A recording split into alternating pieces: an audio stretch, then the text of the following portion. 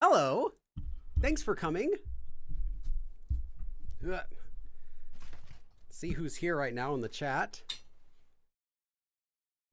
Who was first? Jajongsby was first. Hello, Jajongsby. Who else is here? Cosma. Space Nelly. Small. Keith. Hello. Claire. A couple other people I don't recognize, but welcome as well. Aya's Kakigori Life and Nevea Paris. Let's see who else is there. Russell David, Ayakata, MC, Lady Natbug. And yeah, those are the names who are currently here in the chat. Everyone, if you are if you're new here, say hi. If you're old here, say hi. We'll get started with the actual lesson. I want to say, let's see, about like 20 minutes. Yeah, right at the top of the hour, we'll get started with the actual lesson for today. Space Nelly says, I'm new. That would make sense. I haven't seen your name here before. Welcome. Cheon, welcome. We have a intermediate level lesson coming up today, but I'd say, Keith says, I'm old. I'd say the lesson is fine for beginners to take notes. But if you are a beginner and you haven't yet learned the form, well, the particle to, which means like also or to or even, if you haven't mastered this one and at least heard of this one as well, gaji, which means even as well. It actually literally means up until, like up to, kind of like that. This can also be used to mean even. I've taught that in a previous live stream as well, but if you've heard of that sort of usage before, you're going to be fine for the lesson today. If you don't know what this is, I might skip the lesson today, but at least if you've heard of this one, I would definitely take notes, even if you're still beginner level. And the form we're going to be learning today is going to be two grammar particles that are useful to say even in similar situations. And there are a couple differences between them that are, I guess, kind of important, but overall, they both just mean even. Those are going to be the particles 좋다 and 맞아. So we'll talk about how they're different, how they're similar, how to use them, how to not use them, all that fun stuff today. Raymond, hello. Yeah, two people saying I'm old. I'm just old. Claire Wilson says I'm extremely old. How old do you have to be classified as extremely? I'd say you'd have to be over 80, I think. You can't claim the extremely reward until you've at least hit 80. And that's like a bare minimum. I'm being really lenient with that. I don't think if you're not 80 yet, you can't say you're extremely old yet. Like, you haven't earned it. You got to keep going, and then you can tell people you're extremely old. But then the question is, what about when you get over 100? What can you say? Because you could say extremely, but then at that point, it's like obvious. Is there another reward for beyond 100? That's what I'm curious about. Hi, Q Sam. Welcome. Kat. Welcome. Hello from I like how you wrote how to pronounce it. Bury, St. Edmunds, UK. PayPal, and I remembered to hit send this week. Hold on. Did you send something? I have to check. I don't have it open unless someone tells me.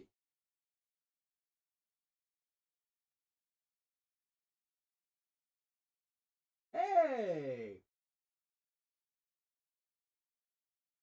That is Kat. Thank you. Kitty. Kitty. Kat sent me a $5 donation on PayPal. Oops, that was not, I don't know what number that is supposed to be. 5. Thank you, Kat. Yes, you did hit send this time. Lady Natbook said prehistoric. Only a childish 60, yes. Ancient. I guess ancient could work. If you're over 100, you can claim the title of ancient. Yes. Assuming you can still talk. Like, you might not be, I don't know what you can do when you get, when you hit 100, there are like very few expectations at that point. So anything you can do is pretty cool. You can just keep talking and studying Korean, that itself, I think would be pretty incredible. Sammy Kuro, your second live. Welcome back. Emily says, I'm new and I'm Stanley. Wait, your name's Emily. Why does it say you're are you Stanley or are you Emily? You gotta make up your mind. 63. Claire says 63. Yeah, you're not, you can't say you're extremely old. I'm sorry. I'm denying your request. Childish, I think could work. Yeah, I think I'll take childish. Childless up and childless. Well, I mean, you could be childless at any age. Childish, I'll take up until 80. 79, but once you're 80, then I'd say you'd have to be old. I'm sorry. Like by the time you're 80, you're old. But up until then, I'd say, yeah, you could claim childish. I'm new, but I caught the end of last lesson. Welcome. My dad's 63, but he seems more like 50. Is your dad Keanu Reeves? Isn't he like around that age? Hold on. How old is Keanu Reeves? I have to search. Keanu Reeves' age. Oh my goodness, I spelled his name wrong. 61. Okay, never mind. Never mind. I thought Keanu Reeves is 61. I thought that would have been your dad, but your dad clearly cannot be Keanu Reeves because Keanu Reeves is 61. You said 63. So my mistake. That was my confusion. Yes. I feel like Keanu Reeves has kind of that type of face. Like he doesn't look young at all, but you wouldn't know that he's 61. You would think, yeah, he's somewhere in his 50s. Yeah. My name is Stanley. I'm on my mom's account. Oh, I see. I don't know that. Okay. Well, welcome. Hopefully your mom likes learning Korean too, because now she's going to get suggestions for my videos whenever she goes on to her YouTube account. We have about 15 solid minutes before we get started with the lesson today. So if anyone has any questions, now is a great time to ask. You can ask about whatever you want.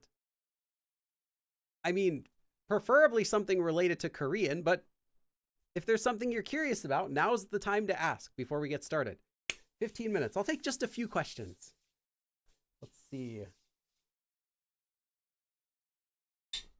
Brooke, welcome. 안녕하세요. See if I missed any other messages. I think I got everyone's message. Oh, yes. And if you noticed, I posted the final lesson in the sentence connector course just a few days ago. So that was lesson 20, which is the last one. That means starting from this week, we got some new stuff coming up.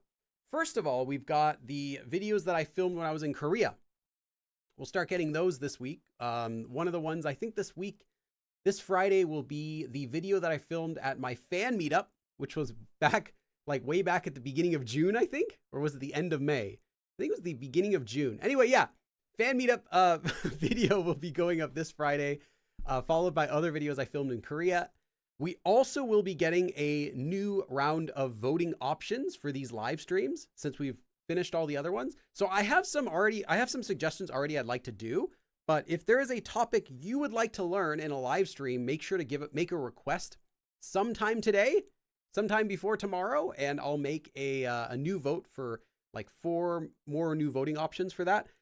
And another thing that's going to be new from this week is if you watch my Patreon page. So this is only for those of you who are my Patreon supporters. So everyone else won't even know this is going on until much later, but I'm probably going to be doing a vote for the next K-pop or Korean music artist, group or single artist that I'm going to be analyzing next. So probably a group. Usually we do groups. That's just who tends to win, gets the most popular. But we'll be doing a new vote for who I should be analyzing in an upcoming series, which I will start to prepare. Actually, I'll probably start to prepare it next week. But yeah, so we have that coming up, as well as not this week, but next week, probably there will be another update on the podcast. So that's something else to look forward. So yeah, a lot of cool stuff coming out this week as well as next week. Space Nelly says, how long did it take you to learn Korean? It took me, you're talking about conversational. I was living in Korea, so that's kind of cheating. But I learned I could have conversations like to say most of what I wanted to say sometime a little after a year of living in Korea. So like a year and a half of studying really hard every day. That doesn't mean it's going to take you that fast. It usually takes people much longer outside of Korea. And I also wasn't really especially like gifted or really talented at learning Korean compared to other people. But yeah, I've been learning it though now for over 20 years. How many words a day should I be trying to learn? Asks AnCap Andrew. I think it depends on your level and what your goal is, but if you are studying your regular grammar and making practice sentences, then I think you should probably be going out of your way to learn about somewhere between 5 and 15 words a day. That'll be a realistic range. If you're like really trying to cram, then I'd go for 15. And if you don't have much time, you're just kind of like, getting your feet in the water, you're just trying out Korean, or you're just trying to do it a little bit more slowly, then I would say 5 words a day. And this is not like useless amounts. 5 words a day is actually good if you keep that up, because that's going to be 1,500 words per year, right? Wait, 365, about 300-ish times 5-ish. Yeah. You're going to get more than 1,500 words in a year, which is a ton, which means in 2 years, you'll have plenty to have full conversations, which is also great, even just at 5 words a day. 15 is better, but the more you do, you risk not actually learning those words. So I don't think that it's good to try to do tons and tons of words unless you're someone who's good at that. Most people aren't. Keith says, how would you recommend leaving Incheon Airport to travel to accommodations? Oh yeah, so Keith, someone else mentioned a bus. MC says a bus. Yeah, you can buy a ticket online for the nonstop train. Yeah. I recommend the bus. There is a subway line that goes out of Incheon. I hate it. I've taken it before several times. I hate it because of course it's a subway. So you're dealing, or whatever you want to do, train or subway. You're dealing with like carrying your heavy luggage up and down, like all of these stories. Now they do have some elevators, they have escalators, but it's a real pain because you might see that the escalator to go down is right here, but you got to walk all the way down to the other end to take the elevator. And then you're going to miss you're going to miss the train. You're going to have to take the next one. It also takes a long time just to get down into the subway area. So even though you see it's right there, you're like, oh, it's coming in 5 minutes. I have plenty of time. You do if you didn't have a bag. So I don't know. It's just a huge pain. My favorite is just to go to any window. Like they have a lot of bus ticket purchasing windows in the exit area. So like when you get out, the arrivals area, there's each section you're in will have a separate place. It'll have a window with a person working there. Just go up to the person, say, hey, I want one ticket to the place I'm going, buy a ticket. And then they'll tell you which one you stand in front of and when it arrives. That's it. They're pretty frequent. They're pretty affordable. They're easy. The driver will put your bag under the bus for you and take it out when you get there. So I recommend the bus. However, you have to make sure you buy it. You have to actually buy it. You can either buy it on the app if you're able to do that, or just buy it from the person directly. But when you come back to the airport, you'll have to make sure you buy it in advance because those tickets are all sold in advance and you won't just be able to wait for the bus and take it. It'll probably be full. If you don't have a lot of luggage, subway. MC, I would actually argue against that. I mean, you can, if you prefer that, go ahead. For me, I would say even if you don't have luggage, I would still take the bus because it's a more relaxing trip than, okay, here, this is the situation you actually have to imagine. Let's say a bus takes an hour and a half to get to your location and a subway takes 1 hour. So obviously you should take the subway, right? No. First of all, again, what I said, it's still going to take you like 5 to 10 minutes to get to the subway in the first place. But now you've gotten on the subway, you're exhausted. You just came into Korea, you're really tired, and you get on the subway, the door is open, and it's full of people. So you're like barely holding on. If you get unlucky and it's really crowded, you might get lucky and get to sit down. Usually not. So you're doing this and you're exhausted after this plane flight and you're doing this all the way to your destination and you have to keep checking where you're at. And you have to check the map to find out where the next station is. Like, oh, am I there yet? No. You do a bus. It'll the whole bus stops. The driver gets out. You'll know you're at one of the possible stops. Like, it's easy. You won't miss your stop on a bus. You might miss your stop on a subway station. So for me, it's worth the peace of mind for that. Now, if I'm not going from the airport, I usually prefer subway wherever I can. But airport, I think bus is superior.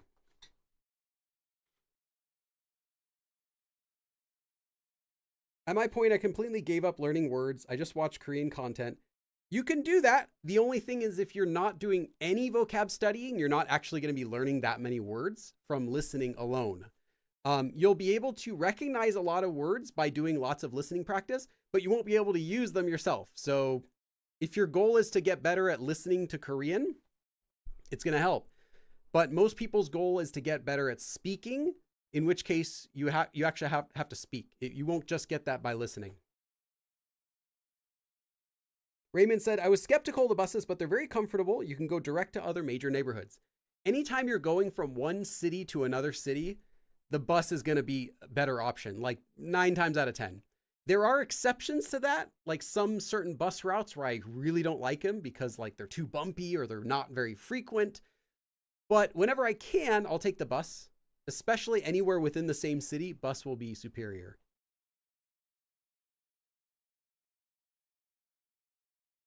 Bus is way smoother. It's usually also usually crowded. Yeah, and it'll depend on the bus route. Every bus will have its own little tricks, like how to get on the bus, how to get a better seat, how to make sure you get a seat, where to sit, all these different things. The train is usually crowded. Yeah, subways are usually pretty crowded, especially that that station, because everyone's going to and from the airport. So it's like it can't not be crowded unless you get there like really late or like really early when it's not the common flights aren't going in. Then you might be able to be okay. I did do the subway once a couple years ago from the airport. I can't remember why I took it. I think it's because I missed the bus, and like it was the one time when there was like an hour and a half gap between the two buses. So I think I did the subway in that case, but it was not comfortable. I got really lucky and got to sit down, but I was so tired. I was like almost falling asleep in my chair. I just finished learning Hangul, but I want to read it faster. Any tips on how? So 22 minutes, Billy. I'm not sure what 22 minutes is. I want to read it faster, you say. So a lot of people are asking about how to read Hangul faster. And I actually made a video in Korea, which you'll get to see several months from now, about how to get better at reading. But your question is not that. Your question is, you've just finished learning the alphabet. So not that you're already reading and speaking Korean, you want to get faster. Not that, but you just finished learning the alphabet by itself and you want to get faster at it. The answer I'll give you is, don't worry about getting faster at reading the alphabet. At your current position, there's nothing you could do to get faster at it. That's not going to happen naturally just by learning the language. When you have learned the basics already, by that point, you will automatically be much faster at recognizing syllables and be able to read it faster. But at your point, there's nothing you could possibly do to get faster at it besides just relax and learn the language. Once you've learned the basics, then you can come back. I would give you different advice, but the advice I would give you would not help you in your current position.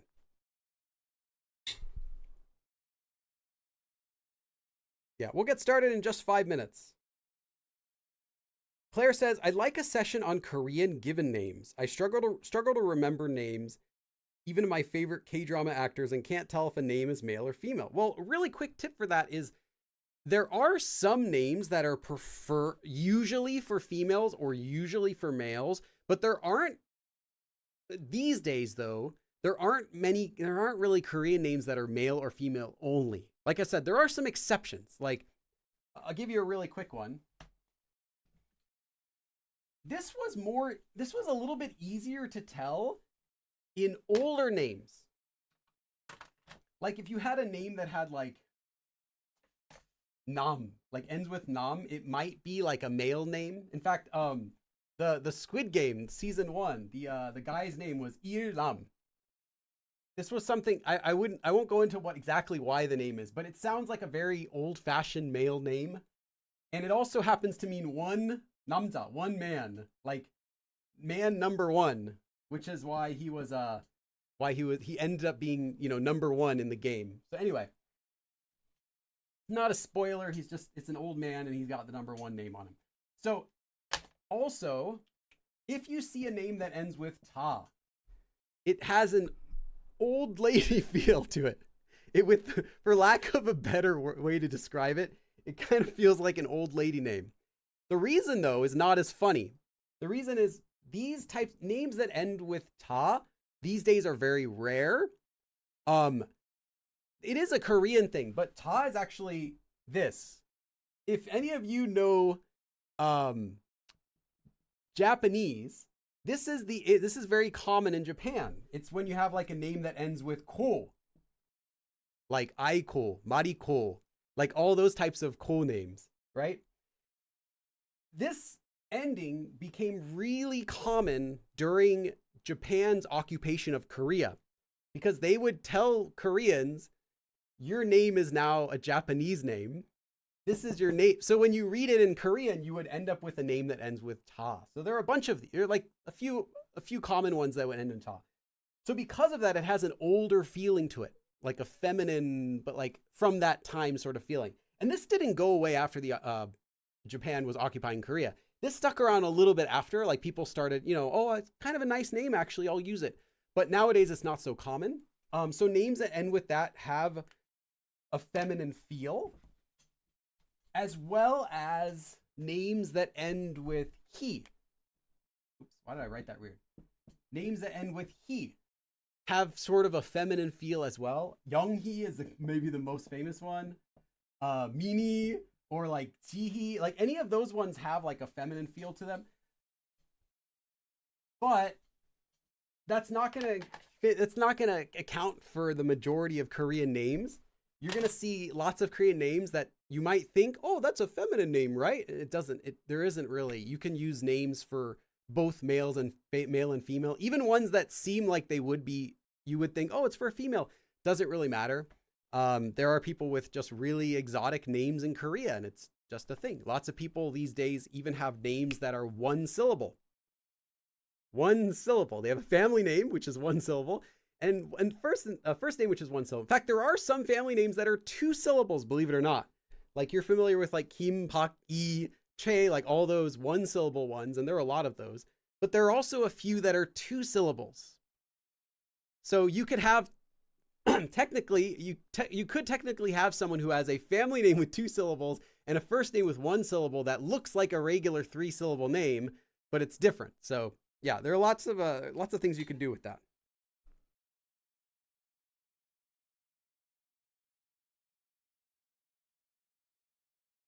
Let's see here. I don't know Stray Kids, says Kat. I'm a Monster X and Super Junior kind of girl and a Blackpink girl. Steve asks, what K-pop generation do you prefer? I don't listen to K-pop very much. Not that I have anything against it. I don't dislike K-pop, but most of the music I'll listen to in Korea, like when I go out of my way to listen to Korean music, it's usually just hip hop. But I never really got into the K-pop generation. There's good music though for all the generations. Like I first heard Korean music in the early 2000s, which was before it was called K-pop at all, but it was still K-pop. They just, there were some groups like that. It just wasn't really called K-pop. And that generation's cool. And then I heard music later on from like 2010s, Girls' Generation, and then Twice after that, and lately, BTS, and then all of the new stuff. Like it all has good stuff. There's, good stuff everywhere.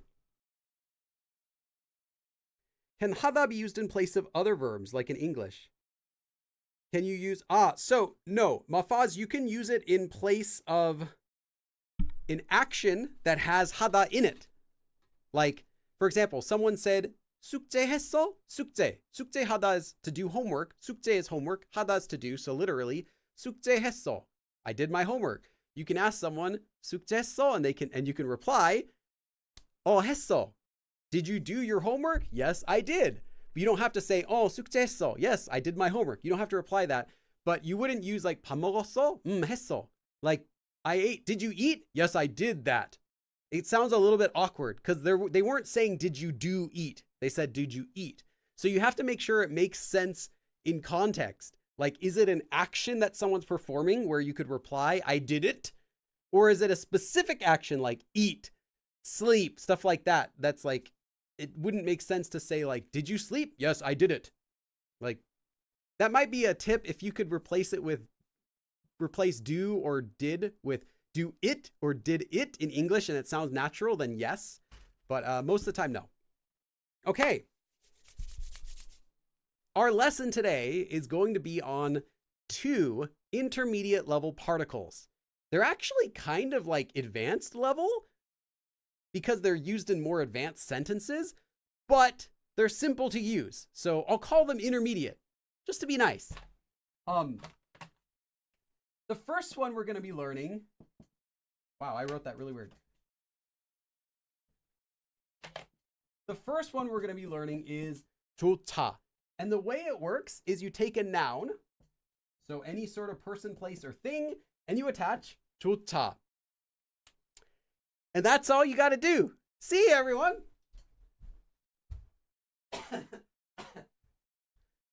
Oh, wait, did I mess up my board? Hold on, fix my board. Okay, so yeah, that's all you have to use. That's all you have to do to use it.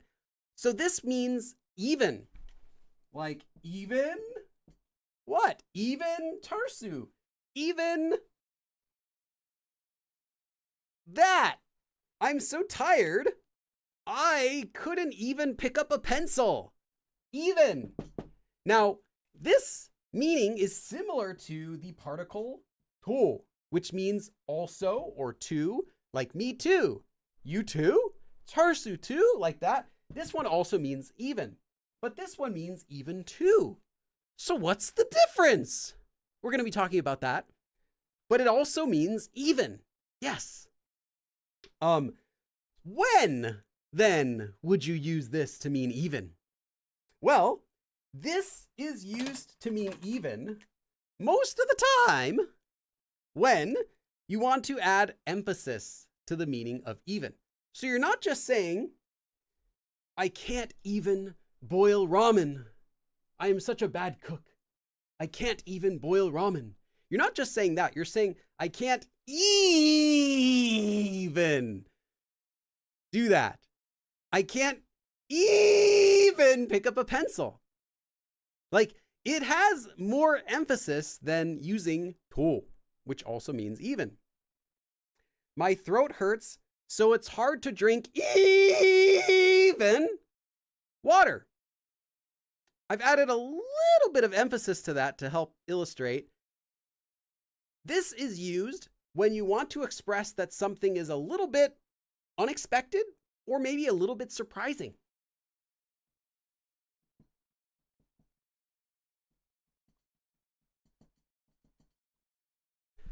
Just a little bit. So you didn't expect it, and in fact, you might not even want it. It's just something like even that. So it has more emphasis. That's the short answer. And it also has another kind of nuance to your sentence. It also gives the nuance of something is on top of something. Like something is more than what's being talked about. So it's not just like saying, man, I'm so bad at cooking, I can't even cook ramen. But it's kind of like saying, man, I'm so bad at cooking, and even more, on top of that, I can't even boil ramen. So it has kind of like a, hey, here's another thing sort of feeling to it. Like, surprisingly, even. So it's something that's more to whatever you're talking about. Like, surprisingly, even like that. Another way you can think of this is like saying, not only all of those things I've already been talking about, but also even this thing that I didn't expect or that I didn't want. I'll say that again. This has the nuance of saying, like, not only all of these things that I'm talking about, but even this thing too that I didn't want and expect. Like, even that, like that's sort of meaning of even. Okay. I'm going to let this breathe for just half a minute and I'm going to continue.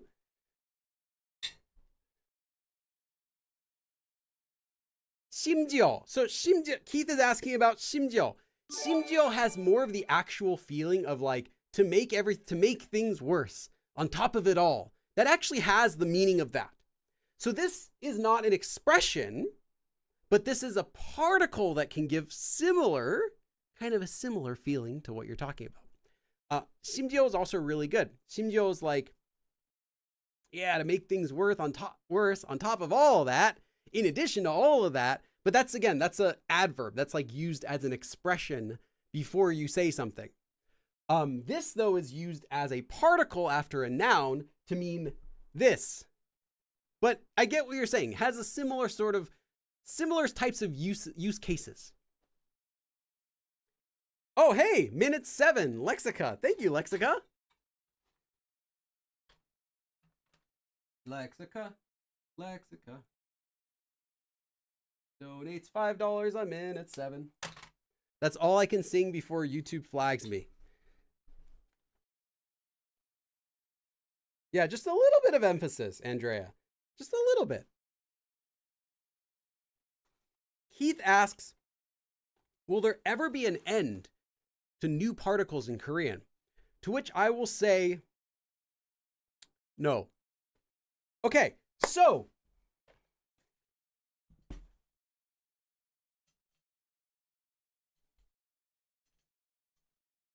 because this has the feeling of like saying, you know, not only all of those things, but even this thing that I didn't expect or I didn't want, it most often, almost always gets used with negative verbs and sentences that have negative meanings. By that I mean, you're going to see it used with verbs that start with like an. So not hada, but like an hada. Or maybe 못, like can't. Or the form 지 않다, right? Like doesn't. All of these things. 없다, to not exist. 아니다, to not be. All of these negative verbs. Why? Because it has that sort of feeling like, even this thing I didn't expect. Can't, doesn't, is not, doesn't have. It's most often used with these sorts of verbs. Or it can also be used with negative meanings. For example, it doesn't have to be an actual negative verb, but verbs that have a not good meaning. What could those possibly be? Yippee! Well, they could be things like, oh man, why can't I write? Why? Just stop. I just had a huge brain fart in the middle of like writing this. Okay. Like something is so difficult. 힘들다. Like, oh man, I'm having such a hard time that I can't even drink water. Man, my throat hurts so much. My throat hurts so much that it's hard to even drink water. 힘들어. So it's not a negative verb, but it has sort of a negative, like a bad meaning. Or 죽겠다. This has also a similar meaning as like 너무 힘들다. Like, oh, 죽겠네, 죽겠어. Like, oh, literally I would die. I am going to die is what it means. But it's more of a way to express like, oh man, something's like, it's killing me. It's so hard. Like that sort of meaning. Or 귀찮다. Like if something's really a nuisance. Oh man, it's so annoying. I don't want to do that. 귀찮아. 아, 너무 귀찮아. Or 싫다. Like I hate it. 싫어. Or 짜증나다. And there are a few more of these, but you get the idea. Some sort of negative meaning or some sort of negative verb. So it's used again to say something that's a little bit surprising or unexpected, that it's even that. Like, okay, here are all the other things, but even this is what it's used to say. And it's used with negative or bad meaning verbs. It's a bad verb. Shouldn't say it. Actually, you can use all of these, but you shouldn't do it. Okay. I'll leave these up for just a second, and then I have a couple more things to say about this form before we give some example sentences.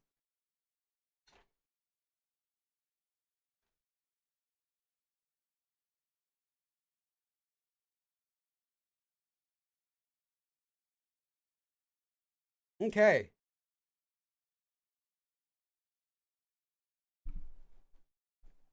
Yes, Keith.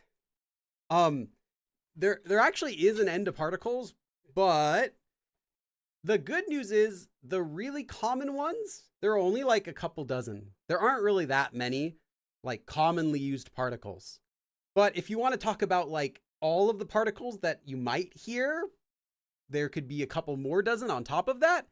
But then if you want to really keep going, you have to go into archaic particles or like really specific, like I wouldn't say even rare, but I would say combinations of particles might make it a little more difficult. Like if you learn, for example, like ege, like to a person, and then you learn the particle un or nun for the topic marker. Well, you could also make ege nun, which is technically its own particle, even though it literally is just the two put together. So if you count that as an extra particle, then yeah, it's never ending because there are tons of those different ones you can mix and match. But if you're talking about the individual units, there aren't that many. Yeah, maybe a few dozen at most that you'll ever need to know. And if you really wanted to go into like archaic particles, then yeah, there will be a lot more, but you don't have to, you're not going to really be using those. Okay. We're not done. One more thing.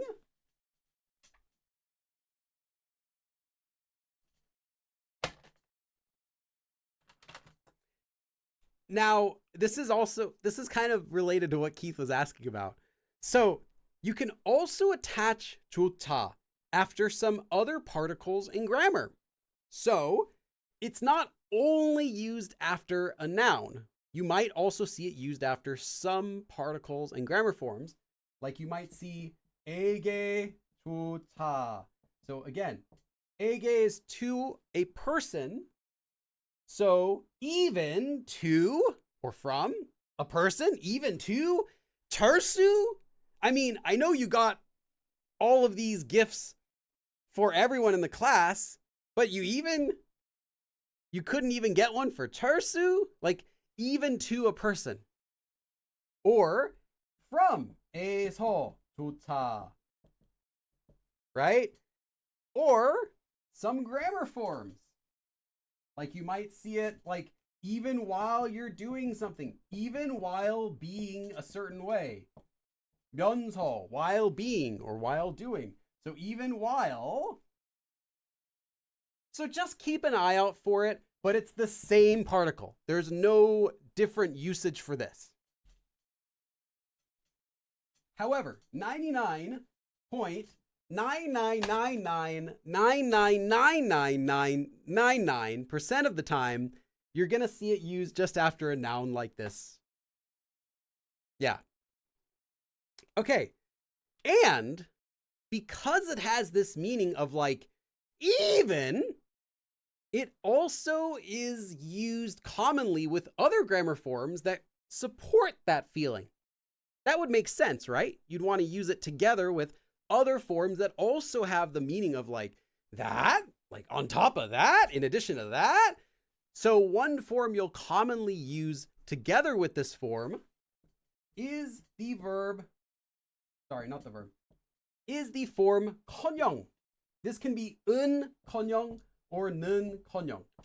And I did a separate live stream about this if you want to learn, but it's kind of like saying, like, forget that, or don't even mention that. I'm not even going to talk about that because let's focus on this sort of meaning. And it can be commonly used together with this form because it kind of serves the same purpose. Like you might be saying something like, let me think of an example. If I have one on here that I can pull from for later. I think there's actually just one in the, oh, there is one on here. Okay. Like, man, never mind people attending the event. I can't even see a single ant.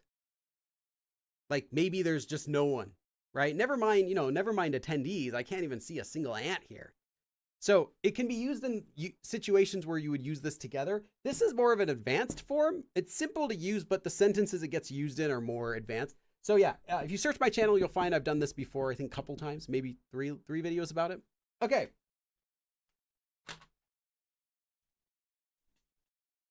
So let's do a few example sentences.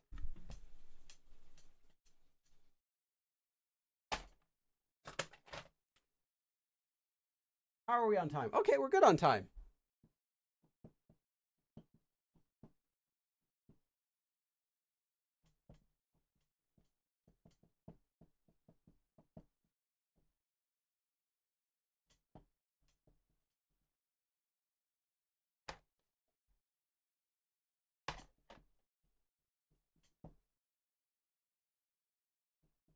Let's make that a little shorter to match.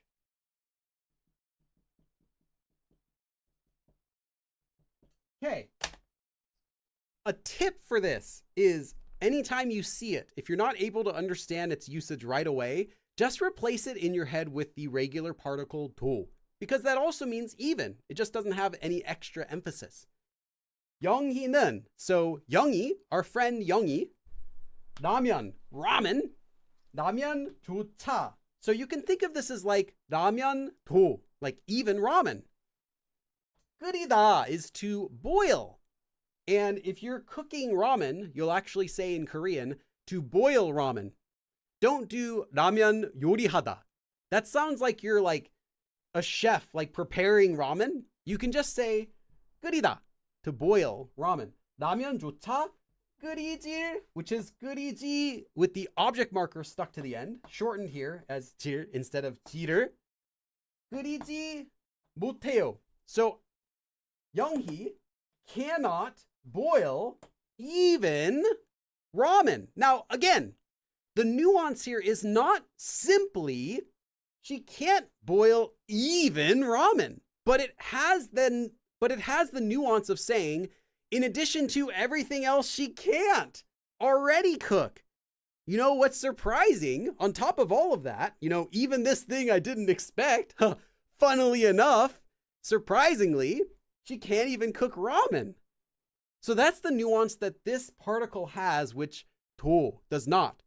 But grammatically, if you were to replace every instance of 좋다 with 도, as well as 맞아, which, oh, actually, no, 맞아 has a different usage. I won't go there. We'll do that next.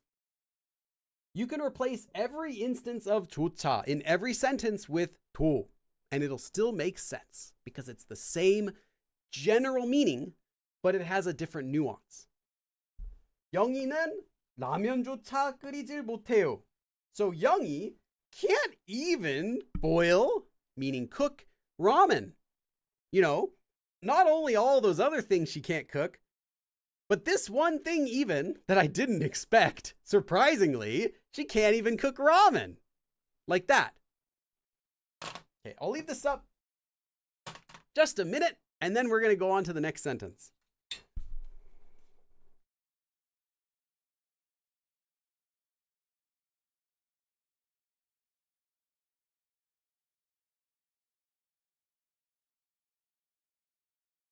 Yes, 노래를 부르기는커녕 말하기조차 못해요. So you literally, Valeria, I get what you're trying to say. Like not like, forget singing. They can't even talk is kind of what you're going for. But what you should be saying something instead is you're like, they can't even, well, if someone had like a really bad throat cold, then you could say that. Like maybe you ask them like, hey, can you still sing? And they're like, man, sing? I can't even talk. Then that could work. Like I can't even talk. Like on top of everything else I can't do. And you're talking about singing, like that sort of meaning? Sure. But if you mean like they can't speak properly, then you might want to add in an adverb like 제대로, like properly, or 잘, like well, or something like that to kind of describe what you mean like by talk, like at all, or like because of something. Yeah, Vanya is like, don't even get me started on. Exactly. That's 커녕. Although it doesn't have that slang meaning to it, it can be used in casual speech, in which case that's exactly how you could translate it. Yeah, don't even get me started on singing. Man, I can't even talk. Like that. 행사 참석하는 사람들은커녕 개미 한 마리조차 없어요. Oh, you're actually really close. Yeah. You're actually really close. I'd want to use, the sentence is going to use 보이다 though, to be seen. Like you can't even see. So like 안 보이다. 못해요 is cannot. Yeah. However, what you're looking at 못해요 right here is actually 지 못하다, which is the verb ending that means you can't do something. So in this case, it's used with the verb 끓이다, to boil, to cook ramen. So anytime, anything that you cook by boiling it, use 끓이다 to say to cook. That could be a different video I can make about how do you say to cook, because 요리하다 is like not the word you use for like making or cooking most things. 요리하다 kind of sounds like do cooking. Like I'm gonna cook something. But if you're saying like I'm gonna prepare, I'm gonna make, there are other verbs you're gonna use for that. And there are a lot of situations where that happens in Korean, like something as simple as like to carry. How do you say to carry something? Like there are different verbs depending on whether you're holding it in your arms, or whether you're like just picking it up, or whether you're just bringing it in your pocket, or whether a dog's carrying it, or, you know, like carrying a child. They're all like different ways to say it. So yeah, as well as for cooking. So in this case, 끓이다 is boiling anything.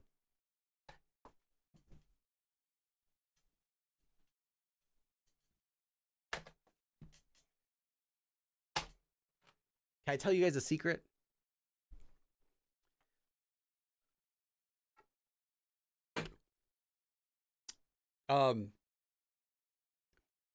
If you're not already a Patreon member, many of you are, 2 weeks from now, actually 2 weeks and like, give me a couple days on top of that, because I have to edit the video. You'll really want to check out the podcast update about 2 weeks or so from today, because, or actually maybe it's a week. Oh, let me check. Is it a week? It's not this week. Oh yeah, it's next week. Next week. So maybe Tuesday, Monday or Tuesday. Check out my Patreon page, because if you can't see it. You have no idea what's going on right now in my room. But I'll tell you that if I rotate my camera this direction, 45 degrees, you will see something there. I'm in like a really squished space. This is the most squished I've ever been in my entire life during a live stream. Like I could touch my computer right here. I could touch my light right here. My background light, like everything's squished. And yeah, so there's going to be some stuff I can show you in just a week or so. Okay, next sentence. Oops, actually, let me give myself some more space for this one.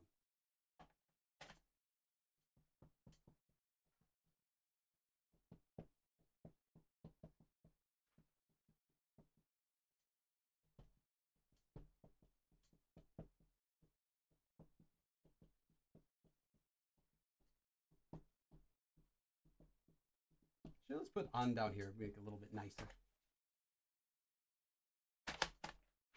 Let's see. Yes, I wrote it correctly. I still know Korean. Okay.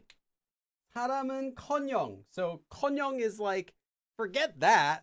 Like, don't even get me started on that. That sort of meaning. 개미, an ant. 한 마리, so one ant. 조차, even one ant. 안 보이다 literally is not visible, but this is how you say I can't even see.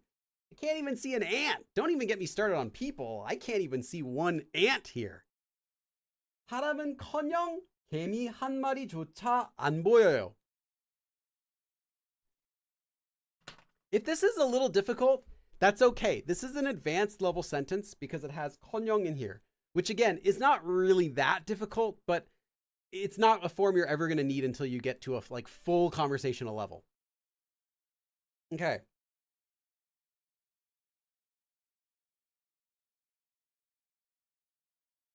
Nishita Bartia. I butchered that. Seeing you live. Welcome. Yeah, I really just want to like turn and show you guys what's going on right here, but that would spoil it. I have the whole the set walls are up.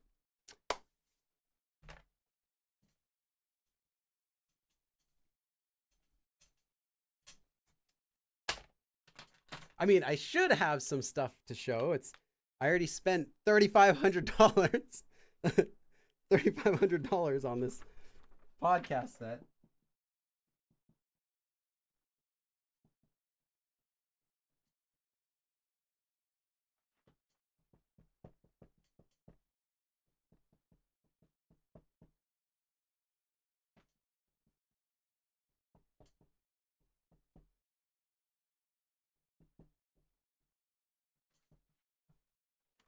Okay. 힘이 없다. Literally, 힘 is power or energy. So like, I don't have any power. That's how you say like, oh, I feel really weak. I have no energy. 힘이 없어. 힘이 없어서 because I don't have any energy now. 연필 is a pencil. 좋다. So even a pencil. 들다 is to pick up, like to lift. 들 수가 가 is just the subject marker for emphasis. 없어요. I can't even pick up a pencil. I'm so low energy right now. I have no energy right now. I can't even pick up a pencil. Again, this doesn't just mean even. It has the nuance of there are a lot of other things. And surprisingly, even this thing, which I didn't expect, it's kind of like when you're saying even and you're like, even that. Like, you're just like, you know, even that. I can't believe it. Even a pencil. Like, you're expressing that it's not something you expected. Man, I can't even believe it. I can't even pick up a pencil. I got no energy right now. 힘이 없어서 연필조차 들 수가 없어요. And again, you could have just said 연필도 들 수가 없어요. Like, I can't even pick up a pencil. I got no energy. Totally fine. But this has that extra nuance. And when you get into the intermediate level, and especially in the advanced level, nuance becomes really important so that you can express yourself in a bigger variety of ways. Instead of just saying, I am hungry.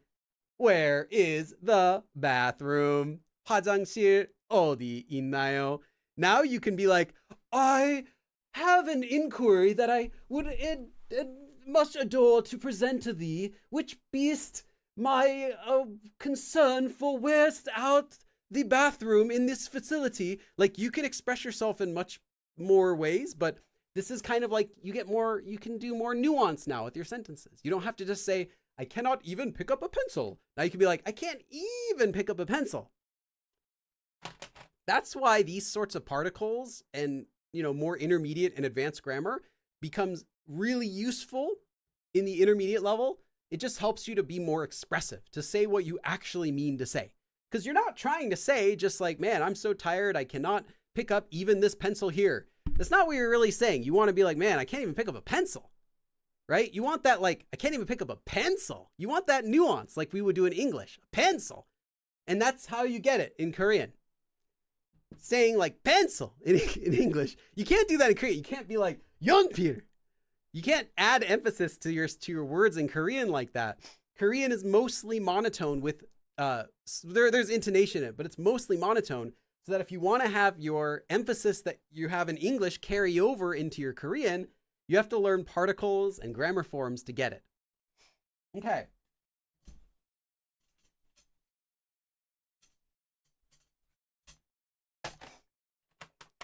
Let's do another sentence. I got 2 more for this form before we go on to our next particle.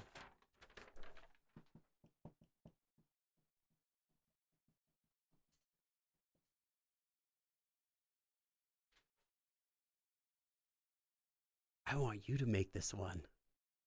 So, 목이 아프다, literally my throat. 목.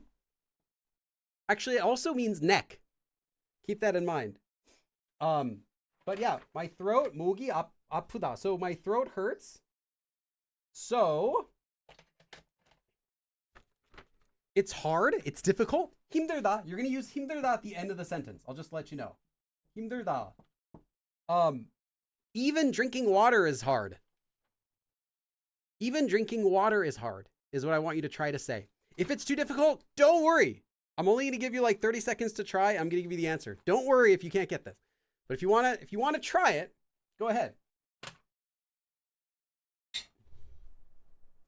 Keith says, I was going to ask if this form makes us sound pretentious. No, it makes you sound like a real Korean speaking master. Because you get that pencil. I can't even pick up a pencil. Like you get that extra emphasis. It doesn't sound pretentious. It just sounds like you know what you're saying.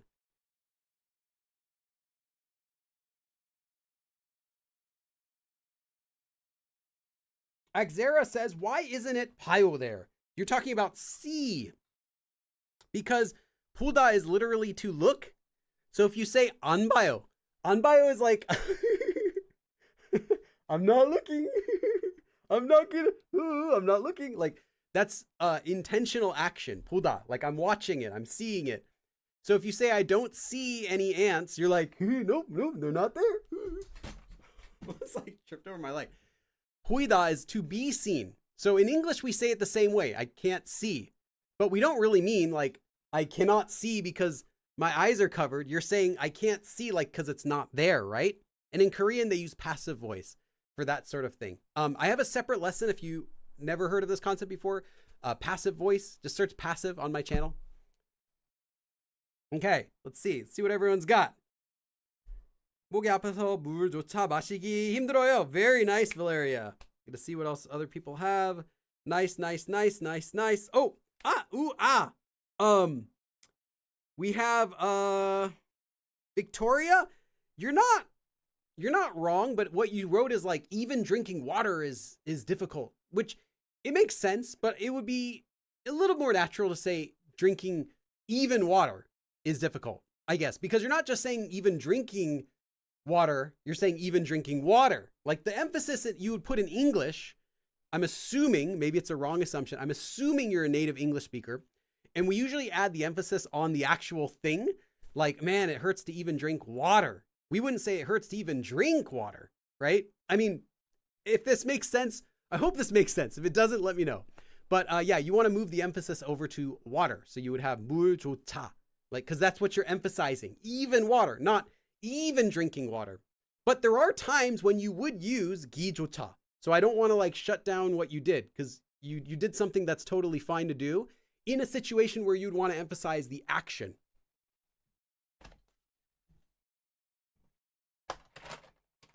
Hopefully that makes sense. Okay.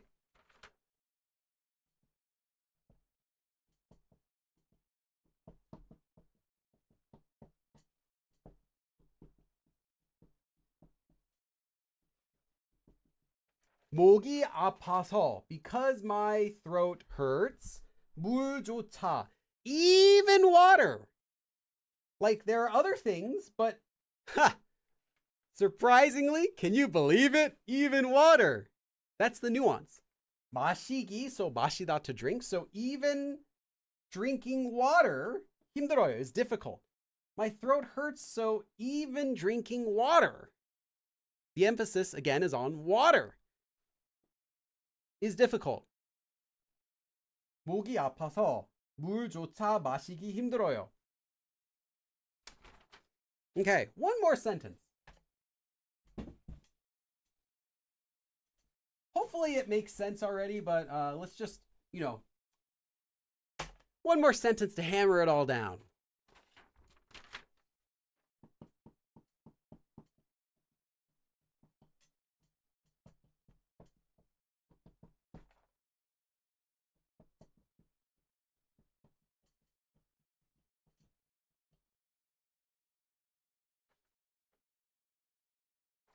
Oh, wait. I need more space here. I ran out of space.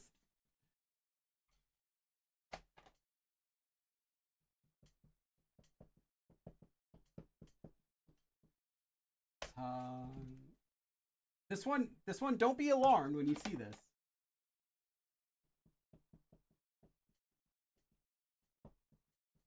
This is one word. That's why I needed some extra space.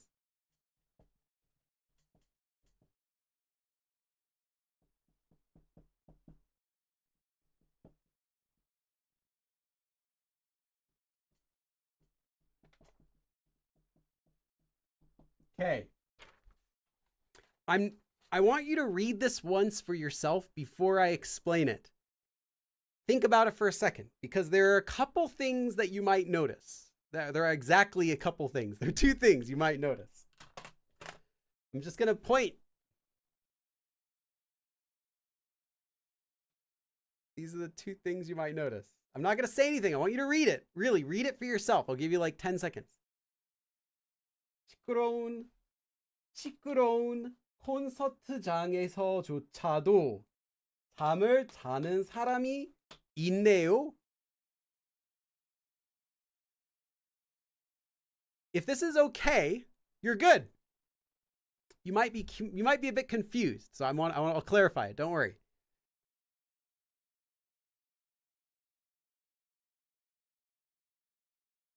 Oops, I don't want to do that. Okay. Yes. Yeah, a couple things. Okay. 시끄럽다, to be loud. In this case, 시끄러운, adjective. 콘서트장, so a concert hall, like just a place where they do concerts. 콘서트장에서조차도. So this is three particles stuck together into one. And it is just these three particles. There's nothing special about this usage. So, 에서, at. So something's going to be happening at a location. In this case, the location is the concert hall. 에서조차. So even at a loud and noisy concert hall, 도. Also, you can add 도, which I said means also to or even after 조차. And you get 조차도. You could see 조차 and 조차도 in the same sentences. Now, what does this have that just 조차 doesn't? Well, let's look at it first without this. 콘서트장에서조차. So like even at a loud and noisy concert hall, what could you say there? Well, in this case, 잠자다, to sleep. 잠을 자는 사람, a person sleeping. 있네요, there's someone sleeping even at this noisy concert hall. 도, even at this noisy concert hall also, like even at this concert hall that's also even noisy, like it just has a little bit added emphasis to 조차. It's the same meaning though. You could have just used 도. You could have just used 조차.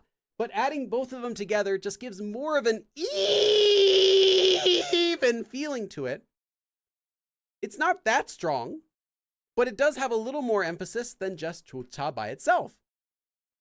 시끄러운 콘서트장에서조차도 잠을 자는 사람이 있네요.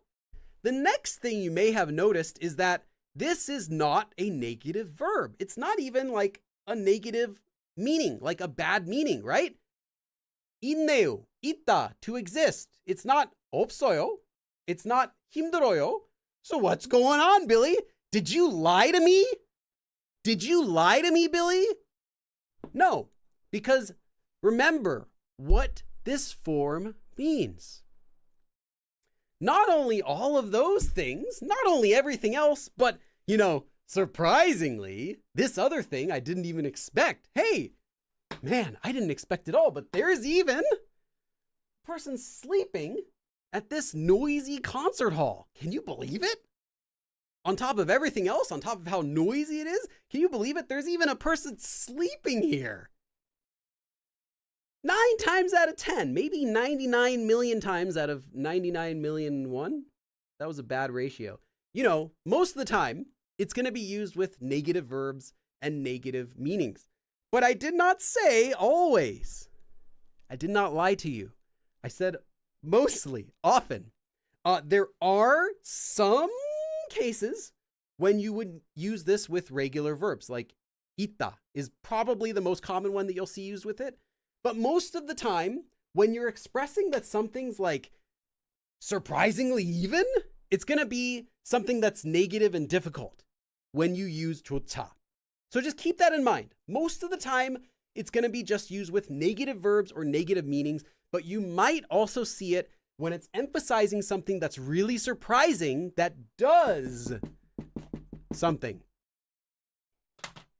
Okay.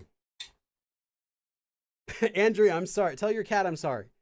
I know cats don't... They'll know. They'll know I mean it. Cat, I'm sorry, cat. I didn't mean it. You can trust me again. Okay. Yeah.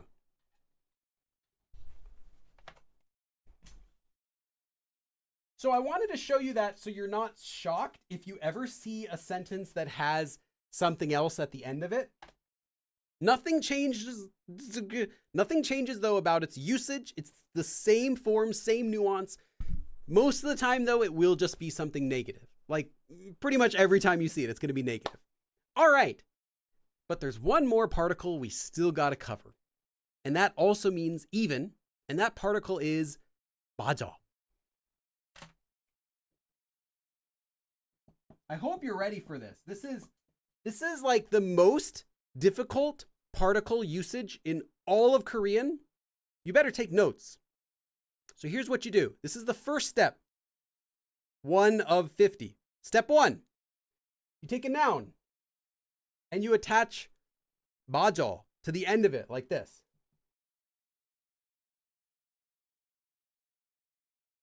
I forgot the rest of the steps, but this should be good. If you get to this point, you're good. You're done. So this form is also a particle just like 좋다. And just like 좋다 and 도 and 좋다도, this particle also means even. So what's the difference then? Are you just going to confuse me like that, Billy? Give me 2 particles and say they have the same meaning and then walk away? No. We're going to talk about it. It's how we work out all of our problems is by talking about them. This has a little bit of a formal feel. Just a little bit. It's not really formal, but in comparison with 좋다, this one has more of a written or a formal feeling. So it's less common than 좋다. If we're really splitting hairs. I don't know what I'm doing. Is that splitting hairs or is that like playing the world's smallest violin? So it's less common in speech, but usage-wise, it's pretty similar to 좋다. In fact, you can also find it at the end of other particles and grammar forms like we saw before, like 에게 or 에서 맞아, or 면서 like before, 면서 맞아, like even while doing something, even at somewhere. So that sort of usage is the same. You don't have to learn any new rules for using this. So then I was talking about why you would use 좋다 over 도. And remember, it's about the nuance, right? Even though you could swap it with 도, to get that nuance, like something's even, like on top of that, you know, I didn't expect that, even that. This one has a slightly different nuance to it.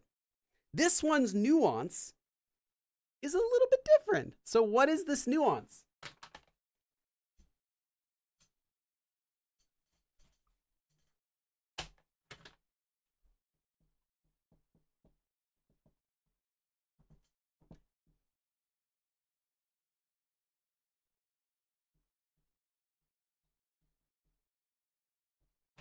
This one also means even. So you could say something like, even Tarsu, who I trusted, didn't come to my birthday party.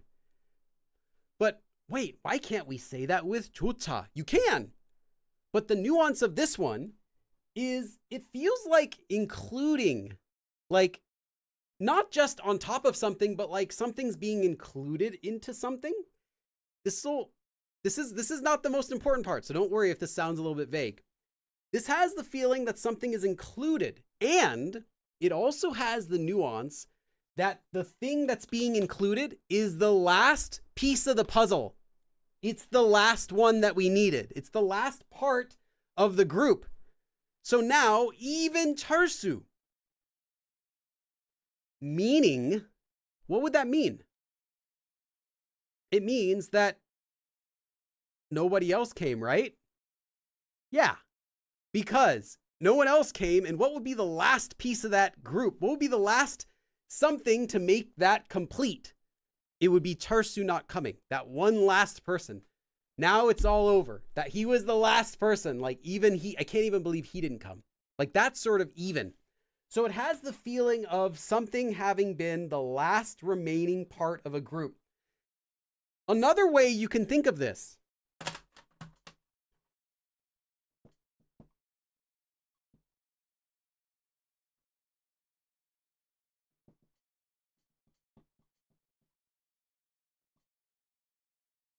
is even noun. And now that we've got even noun, and now that's everything or everyone. So in the example with Tarsu not coming to our birthday party, man, even Tarsu, now that's everyone. It's all done now. Everyone's accounted for. He was the last one. Or a thing. Even that thing, and now with that thing, that's everything. So it has kind of like a closing feeling, like everything's finished now. That's done. Like I've completed all of the, I've put together all of the Dragon Balls together. Like it's all finished. I got all the shards from all of the different Kingdom Hearts games or whatever the heck they're doing in those games. I have no idea. You got everything assembled and it's the last piece of the puzzle. So that's the nuance that Bajal has that Chota doesn't have. So there are cases where, although grammatically you could use either one, they have a completely different meaning when you swap Chota and Bajal and To. Okay, I'll leave this up for just a second, and then we're going to go on to there's another thing we still need to talk about. Yeah, the final shot. A2 Tarsu. Yes. The last, la última gota que derramó el vaso. Did I say that flawlessly? I don't speak any Spanish. What about Tarsu? Even Tarsu. Yeah, exactly. Even Tarsu. Like, and like that was the last thing I was expecting. And now even Tarsu. So instead of saying even Tarsu, you're like, even Tarsu. I'm trying to convey a nuance difference in English, even though it's not the same as in Korean. But I'm trying to convey like, it's the same word, right? You're using the same meaning, but the nuance is completely different between saying, man, I was having this birthday party and then like even Tarsu didn't come versus I was having this birthday party and then even Tarsu didn't come. And you can hear like the first one is like even Tarsu, like I can't believe it. I'm surprised on top of everything. But the second one's more like even Tarsu, like the last thing I was thinking, like the last part of it. In this case, it kind of can have a different nuance. I know it doesn't match the nuance perfectly. I'm just trying to use this as an example to show you like the same words, the same meaning has a different nuance in English too. So hopefully that you can kind of use this information to feel like, oh, I guess you're right. Yeah, I should probably just accept that Korean does this. It's not any more difficult than what we already do in English. We do a ton of stuff in English with our nuance in speaking. We don't do it in writing that we don't even think about. We just think that, oh, it's Korean's, you know, really difficult, but we do like the same stuff in English and it's worse sometimes. Anyway, the last piece of the defined entirety. Yeah. I like that though. A2 Tarsu. Yeah. A2 Tarsu. Okay.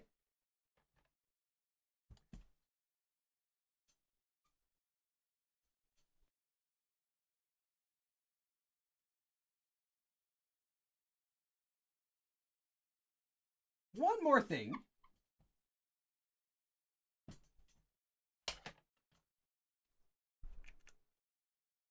맞아 is a particle, but there's another word, 맞아, that you will see used in Korean, and that is the adverb 맞아. So an adverb will be used before a verb. So like 하다, you can have 맞아, 하다. 맞아. What is 맞아? Well, I'll let you know it's actually the same thing. This word is used as a particle and it's used as an adverb. And it has actually kind of the same meaning, literally. 맞아 is an adverb that means 남김없이. 남김 is from 남기다, to leave, like to leave over, like you've left your you leave your food. What's the word? You don't finish eating all your food, right? You leave it. 남김, and 없이 is without. So without leftovers, literally, without anything left over. Completely. Implying all of it.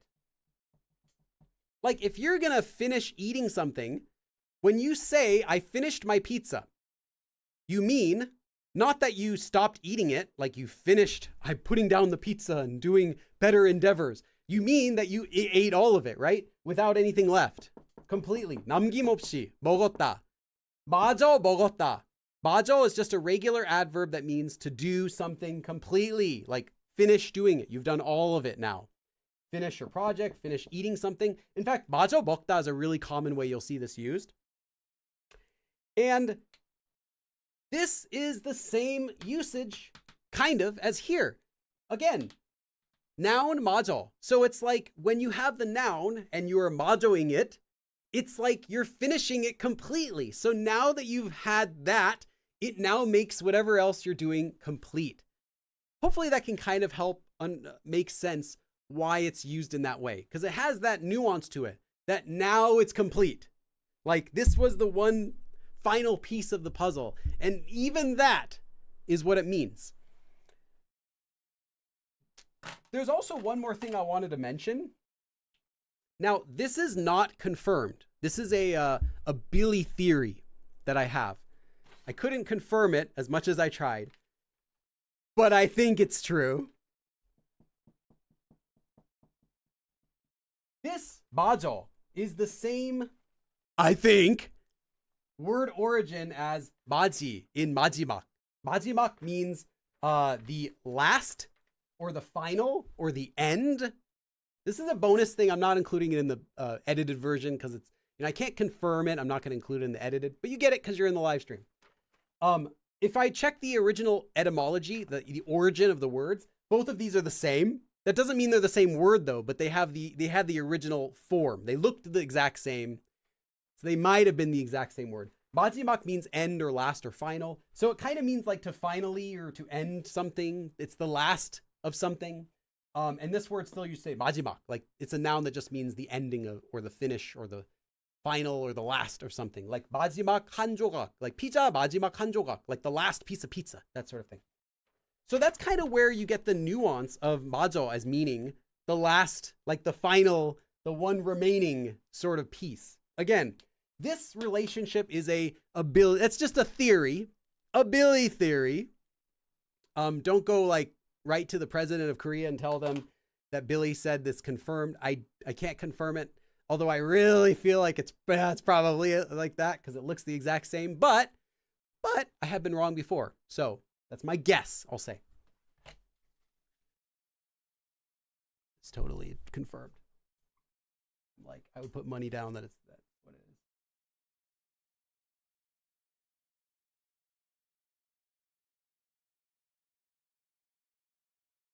Okay, I think.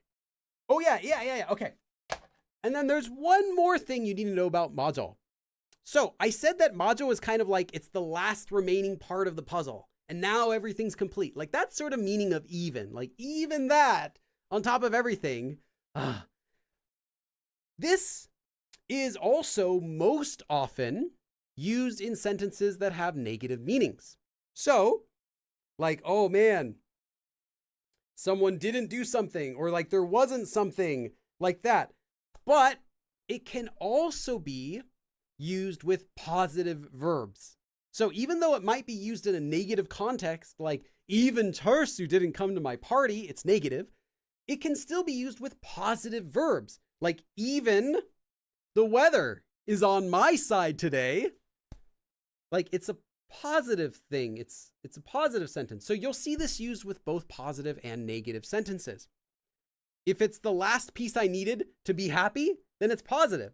Although most of the time it's like the last piece of something that's negative, you'll hear it in both. So let's look at a few examples.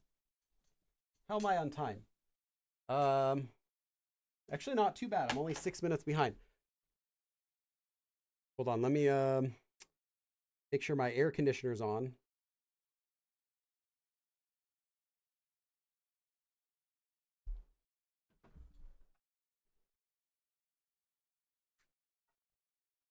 Yeah, it's totally Billy confirmed. But I don't know. I mean, I've been wrong before on etymology because Korean etymology is actually really hard.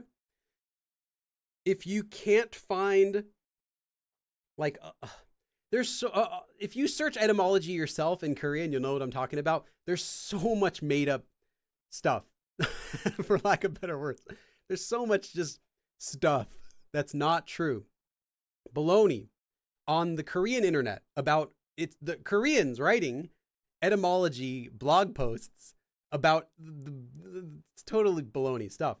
So it makes it difficult to find out etymology when everyone's out there guessing the etymology as well. And I'm not helping that by making my own guesses either, right? But there aren't too many sources before the mid 1400s. Like you can find a lot of etymology about words after 1400s in Korea. There'll be tons of written records and stuff like that. But a lot of stuff before that, it was either destroyed through various wars, either from China or Japan, or it's just not enough to assemble, like to figure out what the actual etymology is. So sometimes you'll get stuck. You'll find a word, you'll be able to search it back to like the original forms in 1400s, 1500s. And Naver will also show you. Naver Dictionary has information in it too. But then you're stuck to find out, what about before then? Like, yeah, I know it came from this word and this word's related to this word, but what was it before that? And you can't really figure out a lot of that stuff unless you want to go into like Idu, like you want to, or like Kugyur, or like the older writing systems that were used with Korean before they used Hangul. And there are other ones, but those are really hard to get into, and there isn't a way to confirm those either. So anyway, okay. So let's do an example sentence.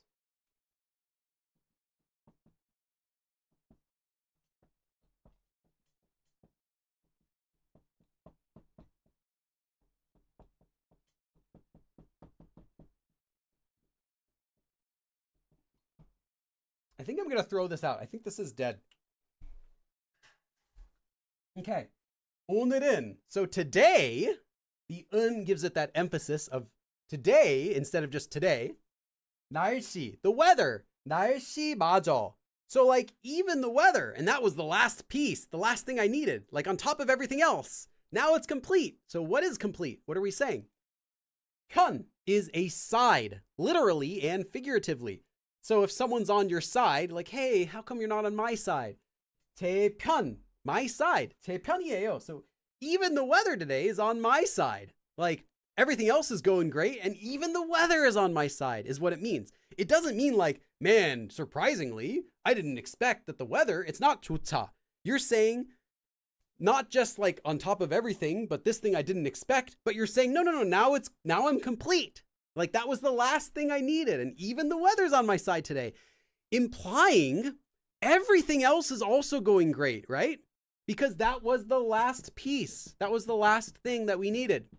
So this doesn't just mean like, man, even the weather is on my side today. I didn't expect that. It's like, everything's great. Hey, even the weather's great. That's what you're saying. 오늘은 날씨마저 제 편이에요. Even the weather is on my side today. Okay, I'll leave this up for a minute and then we'll go on to our next sentence.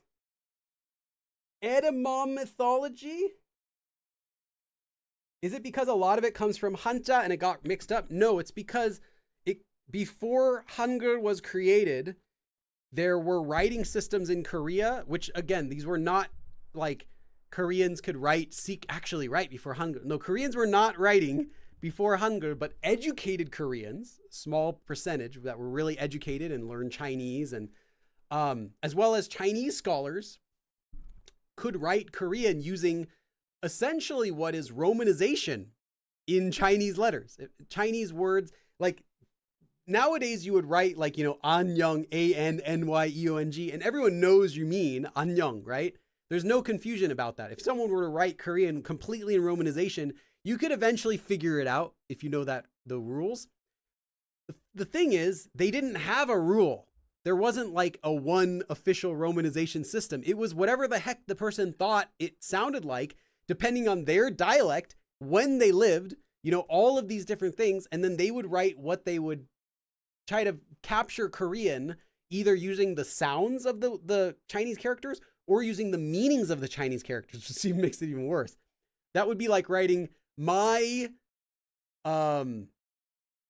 kimchi-는, like very 매워요. Like it's like a mixture. So sometimes you'd get that kind of garbage, but generally it was like a romanization. There was like a few systems. One of them was a romanization system that was using Chinese words to represent Korean sounds. And as a result, you can't guess what those words originally sounded like in a lot of cases. So you have to like hope that the person wrote other words that you do know what they would have sounded like. And then you can compare like, oh, they wrote that word with this, which means it has this sound. That means this probably had this sound. And you have to know like when they wrote it and where they wrote it. It just gets to be a big mess. So you can, and I don't know anything about this, but the people who do research this, you can figure out some stuff, but it's not enough. It's not enough to like reconstruct a lot of older Korean very well. And I actually know a guy who does a lot of this stuff, or is really interested in it. And I remember him sharing some stuff with me, but yeah, basically it's like you can't really know a lot about it before that time. Okay.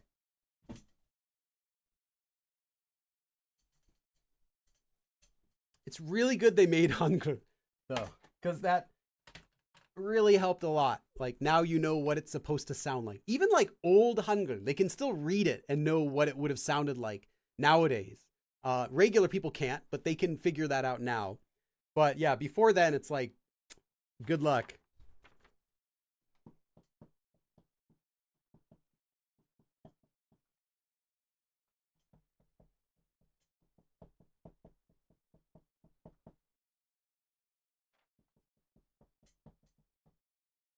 Let's do new line here.